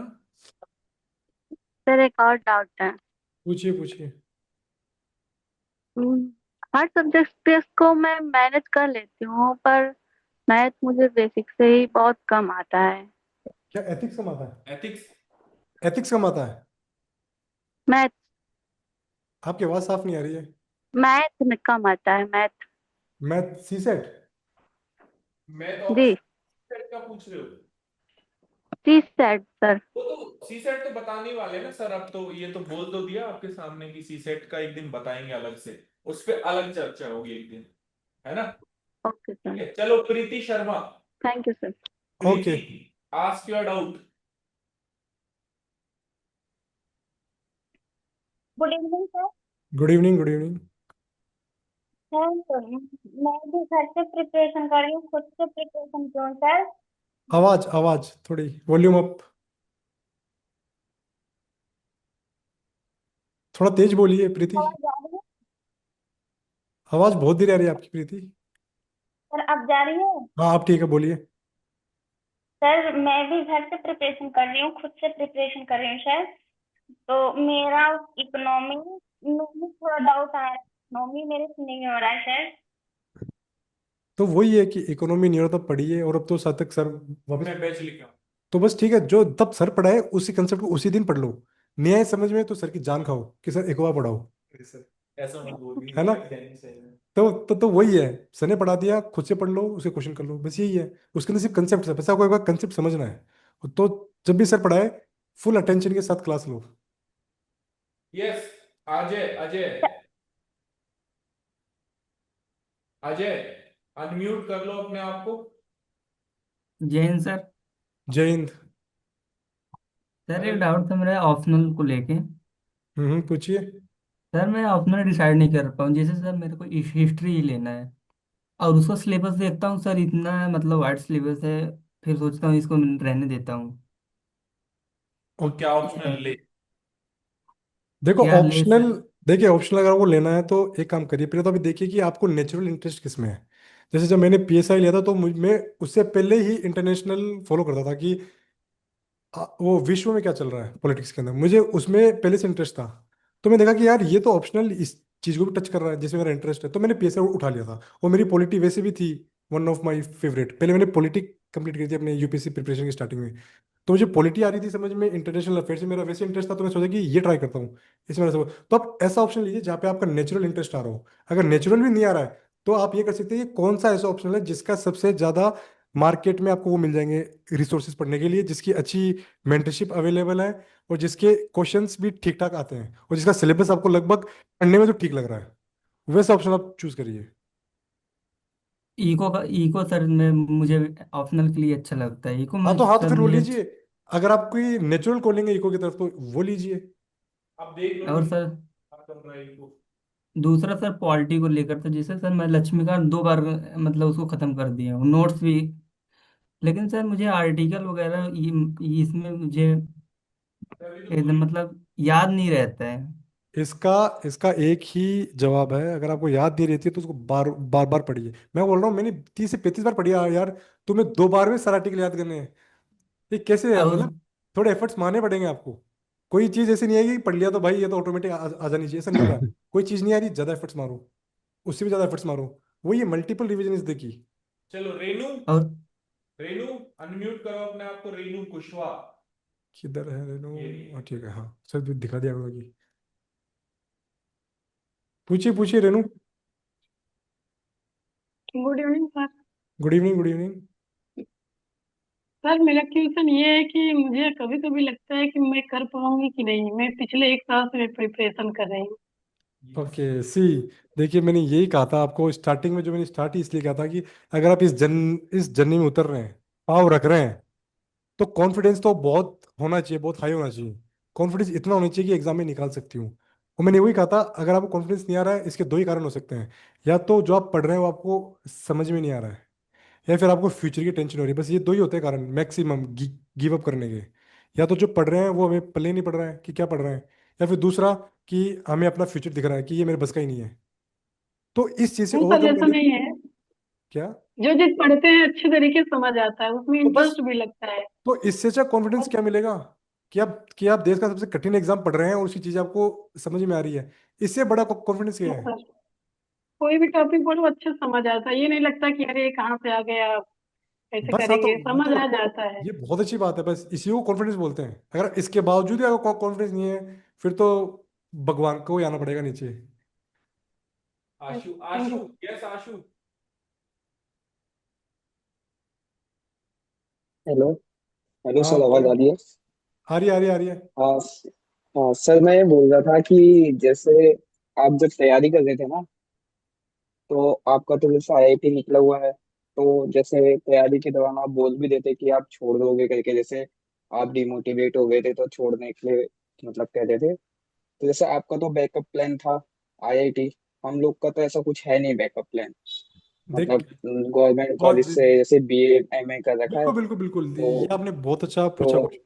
मैं इसी को अपना वो तो मानता हूँ। हमारा कोई बैकअप प्लान है ही नहीं, मतलब कोई हाँ जॉब बिल्कुल, का समझ गया, समझ गया, समझ गया। आपने बहुत अच्छा पूछा क्वेश्चन, आपने वो क्वेश्चन पूछा जो मेजोरिटी जनता पूछती है। और ये बहुत कॉमन क्वेश्चन है। देखो, इसी को मैं अपना वो बोलूंगा प्रिविलेज, जो मेरे पास है। लेकिन उसके लिए आपने मेहनत की। हाँ वो नहीं, वो है। लेकिन आप देखिए, इसके साथ साथ मैंने एक IBACA को एग्जाम भी दिया था, जब मेरा 2023 में नहीं निकला था। तो मैं तो मेरे दिमाग में प्लान भी था कि ये निकला तो कोई, ये IBSI को ट्राई कर लेता हूँ, वो दिया, उसमें हो गया सिलेक्शन। तो अगर आपके पास ऐसा नहीं, तो आप और एग्जाम से भी हल्का हल्का फोकस रखिए। कि अगर आपको लग रहा है कि यार ये मेरा इतना स्ट्रांग नहीं है पार्ट UPSC, तो ये नहीं निकल रहा बार बार करने पे भी, तो मैं दूसरी एग्जाम की तरफ भी देखूंगा। कभी ईगो नहीं लेनी है कि ये एग्जाम निकालूंगा वरना मैं नहीं निकालूंगा, नहीं। मैं IIT से, वो ग्रुप भी एग्जाम थी, फिर मैंने दिया। मेरे दोस्त उन्होंने फॉर्म तक नहीं भरा था IBSI होगा, कि भाई हम तो यहाँ से पढ़े हुए हैं, ये ग्रुप B की एग्जाम थोड़ी देंगे। नहीं, ईगो नहीं लाना है लाइफ के अंदर, लाइफ के अंदर ईगो नहीं लाना है। जो अपॉर्चुनिटी आ रही है उसको ग्रैब करो, उसको अपना बनाओ। ठीक है sir, okay sir. Pramod, yes Pramod. Sir कितना यही समय? क्वेश्चन था कि डबल एग्जाम के जैसे तैयारी करते हैं हम्म। तो उस टाइम डाउट रहता है कि इसको प्रिपेयर करें या दूसरे एग्जाम आ रहा है तो उसको करें। ये सब टाइम पे होता है डिपेंड। अगर अभी मेरी 1 महीने बाद एग्जाम है, तो मैं पूरा फोकस उस पर रखूंगा। 80% मेरा फोकस उस एग्जाम पर रहेगा जो बिल्कुल करीब है। 20% जो मेरा जो मेन टारगेट है उस पर रहेगा। It is all about time, कि कौन कौन सी एग्जाम कब है। जब मेरी, मैं बताऊँ, जब मैंने IB का एग्जाम दिया था, मैं तो सिर्फ उसके 2 घंटे वो करी थी प्रिपरेशन, वो भी इसलिए कि पता तो चले कि लिखना क्या है, क्वेश्चन क्या आने वाले हैं, क्योंकि बिल्कुल मोर और लेस वो UPSC का ही सिलेबस है उसके अंदर। तो बस मुझे ये देखना था कि क्वेश्चन आएगा क्या क्या। तो ये चीज़ आपको देखनी है। अगर आप कोई और एग्जाम की तैयारी कर रहे हैं, वो करते रहिए। फिर वो टाइम के हिसाब से देखिए कि अभी एग्जाम दूर है, मैं दोनों को साथ लेके चलूंगा, कम समय इसको दूंगा जो मेरा पार्ट प्लान भी है, ज़्यादा समय में जो मेरा मेन टारगेट है उसको दूंगा। लेकिन जब इसका एग्जाम पास में आ रहा है, तो मैं इसको ऊपर रखूंगा, इसको नीचे रखूंगा। ये टाइम पे करो डिपेंड। जैसे जो चीज़ पास में है पहले उसको खत्म करो, क्योंकि टाइम तो वापस नहीं आएगा ना। वही है।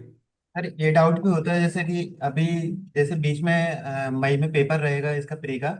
लेकिन अभी जनवरी में दूसरा एग्जाम टारगेट करते हैं जो इसी से रिलेटेड है। लेकिन उसका भी करीबन एक महीने पहले से पूरा प्रिपेयर होना पड़ेगा तभी उसको ऐसा हिट कर सकते हैं। तो ये लगता है कि इस बीच में अगर मेंस नहीं, मतलब मेरा एक साल हो गया है प्रिपेयर, जीएस और ऑप्शनल दोनों हो चुके हैं। बट यही हम्म। रहता है कि इसकी प्रैक्टिस में कमी ना आ जाए बाई चांस, मतलब उसको अगर हिट करेंगे तो ये लेग उसमें ना देखे, तो ये रहता है थोड़ा सा। तो आपका क्वेश्चन क्या है? मेरा क्वेश्चन यही है कि इसको मैनेज कैसे करें फिर। किसको? मतलब दो एग्जाम अगर दे रहे हैं हाँ तो। ठीक है। तो वही है, देखो, आप आपने 1 साल से ज़्यादा समय लगा दिया UPSC में, तो आपको चीज़ों का ज्ञान तो हो गया अच्छा खासा। मतलब आपको बेसिक चीजें पता होगी ना, ठीक है, इतना ज्ञान इसके अंदर, इसमें इतना आता है। तो वो ज्ञान को आप समेट के रखिए, बार बार पढ़ते रहिए। अब जो आप दूसरी एग्जाम देख रहे हैं, उस पर थोड़ा आप ज़्यादा टाइम डिवोट कर सकते हैं। कि वो ये टाइम और आपके कितना है, अभी उसमें टाइम बचा है, उसको हल्का हल्का पढ़ते रहिए। जैसे वो एग्जाम पास आए, उसमें अपना पूरा 100% लगा दो। क्योंकि अब UPSC में आपने अच्छा खासा टाइम लगा दिया है, नाउ यू नो जी दी सर। थिंग्स। अब ऐसा नहीं है कि आपको बिल्कुल इस पे वापस 12 12 घंटे 10 10 घंटे पढ़ना नहीं है। अब आप 7 8 घंटे पढ़ेंगे, दिन के काम हो जाएगा। 2 3 घंटे वो पढ़ लीजिए। जब वो एग्जाम पास आए, तो उसको 5 6 घंटे दे दीजिए, इसको 3 4 घंटे पे चलने दीजिए, बस। सर दूसरा, मेंटली और फिजिकली ये बहुत प्रॉब्लम होती है तो उसको ये, अपने आप हाँ, को कैसे। ये इस एग्जाम में दिक्कत है। मैं मेंटली का तो एक ही तरीका है कि आप अपने आप को थोड़ा ब्रेक दीजिए। आप दोस्तों दोस्तों से बात करिए, बाहर घूमिए, जो भी आपकी हॉबी है उसको फॉलो करिए। मेंटली का ये तरीका है। और फिजिकली का एक ये तरीका हो सकता है कि या तो, देखो, मैं तो थोड़ा आलसी आदमी हूँ, मैं तो इतना फिजिकल वो नहीं देता हूँ ध्यान। मैं तो अपने आप ही देखा हूँ, मैं पतला भी हूँ, तो मैं तो टाइम हो गया सोना, हाँ, सो जाते हैं। मुझे तो जैसे टेंशन होती थी, मैं तो डायरेक्ट बेड पे सोता था, बाहर में जाए पढ़ाई, सो के जब उठेंगे जब देखा जाएगा, या फिर दोस्तों से बात करता था। तो ये मेंटली अगर आपको थोड़ी चैलेंज हो रहा है, तो आप लोगों को बताइए। खुद के पास मत रखिए। जब हम खुद के पास अपनी टेंशन रखते हैं, वो टेंशन बढ़ती है। जो भी आपका बेस्ट फ्रेंड है, जो भी हो, आपके माता पिता जो भी हो, उनसे बोलिए कि ये होता है, उनसे शेयर करिए। वो शेयर करेंगे, आपका दुख दर्द कम ही होगा। मतलब सोने से भी दुख दर्द कम सर ही मेरा होता तो है। होता है मैं तो सर सर मेरा 11 11 घंटे सो गया पूरा। सर मेरा तो सोने और गाने सुनने से दुख दर्द कम होता है।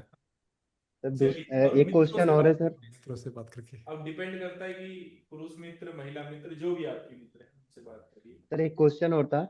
अभी जैसे जॉब के साथ अभी करंट अफेयर की क्लासेस नहीं ले पा रहा हूँ, तो हम्म। उसको कैसे कवर करूँ? बस न्यूज़पेपर पढ़ लेता हूँ, तो नहीं, वही वो रहता है इसका मतलब वो नोट्स। कैसे, वो कुछ भी नहीं, उसके लिए तो एंड में भी अगर आप देखोगे तो कंपाइलेशंस आते हैं सबके, और मैंने सबके टॉपिक इकट्ठे भी कर लिए हैं, तो वो मैं सब एंड में करवाऊंगा ही, तो तब कर लेना, है ना। हाँ सर, वही डाउट रहता है क्योंकि अभी पूरा ना तो ना ना, कवर कर लिया है उसके लेकिन लिए एक टेंशन ना चीज लो। नहीं है तो। मतलब यू हैव माई नंबर ना, you have my yes sir. मतलब एक्सेस ना, जस्ट कॉल मी और मैसेज मी, है ना। Will yes. Talk on this, है ना। ओके। चलिए Sanjana, and where are you working now Pramod? Sir अभी आउटसोर्स आजा फिर। ओके। Health hospital okay. में, हेल्थ डिपार्टमेंट। शोभा, शोभा, शोभा शर्मा।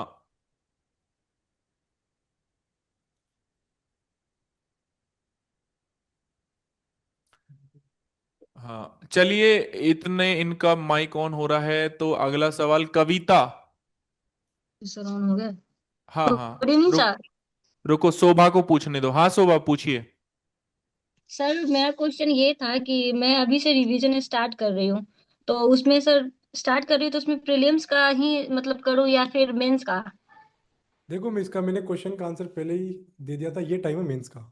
सबका एक टाइम होता है, हर पीरियड का टाइम होता है। आपका प्रीलिम्स हो चुका, अच्छी बात है। उसको होल्ड पे करिए थोड़ी देर। मेंस पे फोकस करिए। मेंस का आंसर राइटिंग एक बार कर लीजिए, अगर आपका मेंस का भी सिलेबस हो चुका है। अगर सिलेबस कंप्लीट नहीं हुआ तो पहले उसका सिलेबस कंप्लीट करो, उसके नोट्स बना लो, जो भी इंपॉर्टेंट थिंग्स है। तो वही है, टाइम के ऊपर है सब कुछ। तो मैं तो बोलूंगा कि इस टाइम में मेंस का सर सर टाइम है तो। मेरा मतलब प्रीलिम्स का सर मेरा जैसे सी सेट है वो कंप्लीट नहीं है मेरा अभी। आपका सीसेट वीक है।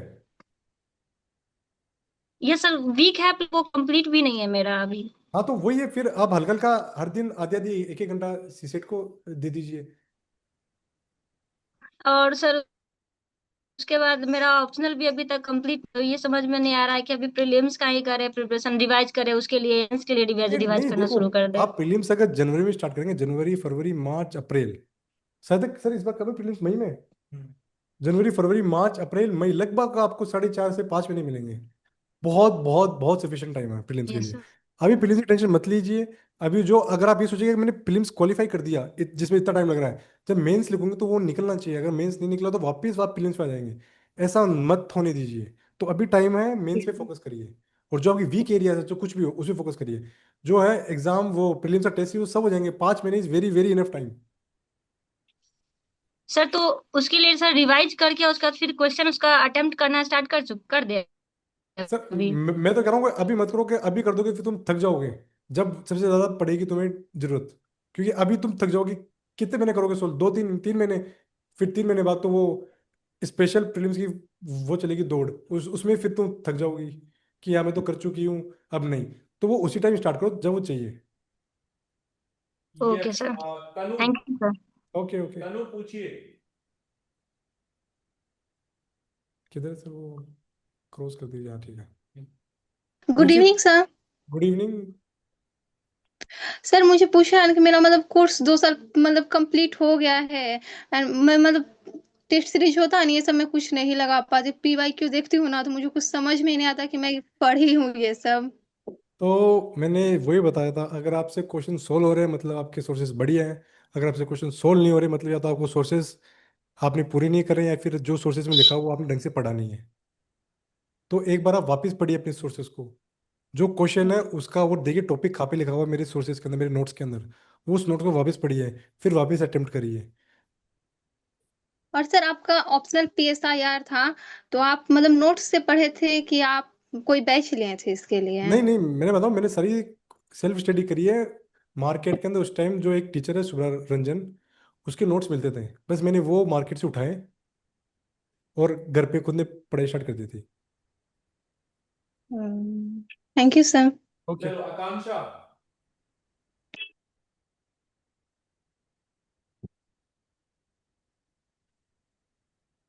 आकांक्षा किधर है? आकांक्षा, एक दो सवाल और and then we will wind up this class. Good evening sir. Sir मेरा doubt yes Akanksha. Good evening sir. Good, very good evening, बताइए। सर मेरा डाउट ये है कि सर मैंने ऑप्शनल तो ज्योग्राफी चुना था वैसे, क्योंकि मेरे ग्रेजुएशन में भी यही था। और बट हम्म। जब से हिस्ट्री पढ़ा है तो हिस्ट्री में भी इंटरेस्ट है। तो मुझे ये समझ नहीं आ रहा कि अब मैं ऑप्शनल हिस्ट्री लूं या फिर ज्योग्राफी लूं। तो मैडम आप एक काम करिए, आप इन दोनों के एक बार 2025 के ऑप्शनल के पेपर देखिए, ज्योग्राफी हिस्ट्री के। फिर आप देखिए कि आप कंफर्टेबल किस में हैं, जिसमें ज़्यादा कंफर्टेबल है उसको कंटिन्यू करिए। क्योंकि इन द लास्ट अपन को आंसर ही तो लिखने हैं क्वेश्चंस के। अगर वो क्वेश्चंस अपन को देखने में ठीक लग रहे हैं, कॉन्फिडेंस आ रहा है, तो उससे बढ़िया कोई ऑप्शन हो ही नहीं सकता है।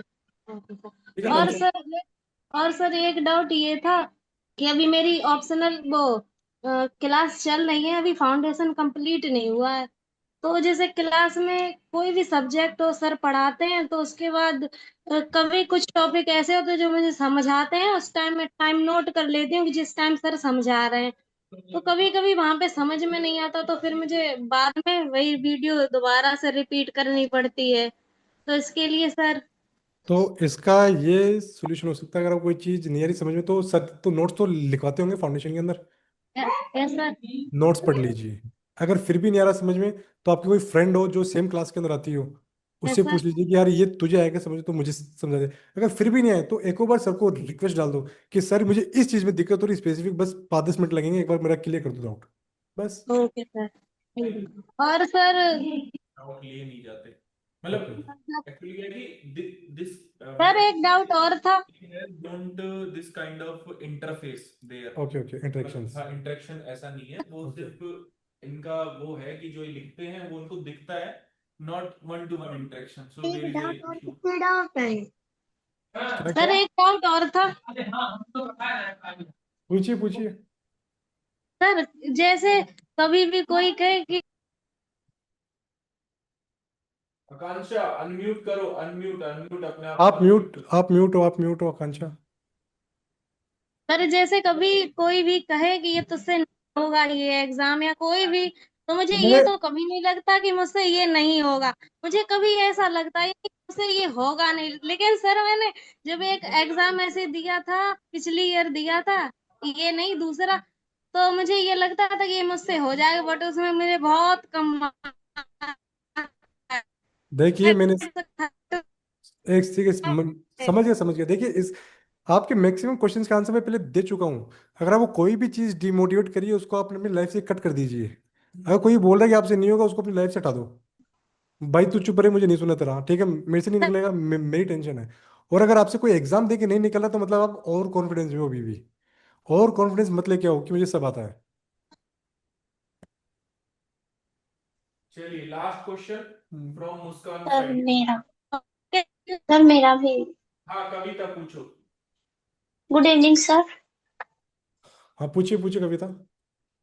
Good evening sir. Good evening, good sir evening. Sir मेरा डाउट ये है सर कि मेरा भी ऑप्शनल एक मेरा डाउट अभी क्या अभी क्या? मेरा ऑप्शनल कंप्लीट नहीं हुआ है। ओके सर हमारा टारगेट 26 का ही था, बट ओके। ऑप्शनल की वजह से मैं पीछे हटना पड़ा। 27 में देना है। और तो सर 5 5 क्लास होती है मेरी, उसी में टाइम वेस्ट हो जाता है सर, रिवीजन का टाइम ही नहीं मिलता। 27 के लिए अभी से रिवीजन की क्या जरूरत है, पहले पढ़ो। 27 के लिए तो है ना।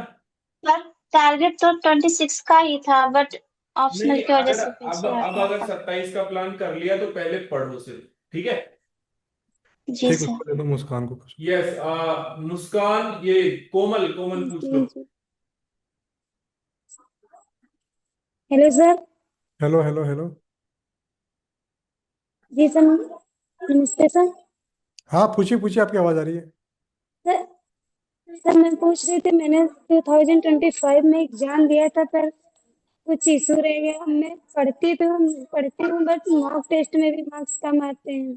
क्या बोल रहे हैं? पढ़ती तो है लेकिन मार्क्स कम आते हैं। तो फिर वही, अगर तो आपके हमारे भी कम आते हैं। अगर आपके देखिए, अगर आपके पढ़ने के बाद मार्क्स कम आ रहे हैं, तो इससे क्या पता चल रहा है? आपने उस चीज़ को ढंग से नहीं पढ़ा है। ये तो हम इन्फ्लुएंस करेंगे उसे, डरो, ये तो आया कंक्लूजन। अगर कोई चीज़ पढ़ने के बाद हमारे मार्क्स नहीं आए, तो मतलब वो चीज़ हमें ढंग से समझ में नहीं आई है। तो आप उस चीज़ को वापस पढ़िए, वापस थोड़ा इन डेप्थ अंडरस्टैंडिंग के साथ पढ़िए, मार्क्स आएंगे। हाँ जब तक सर, आपकी आंसर राइटिंग में भी प्रॉब्लम होती है। मैं कितना भी सोचती हूँ 2 घंटे की लिख लूँ, मतलब लिख देखिए, जाता है फिर भी।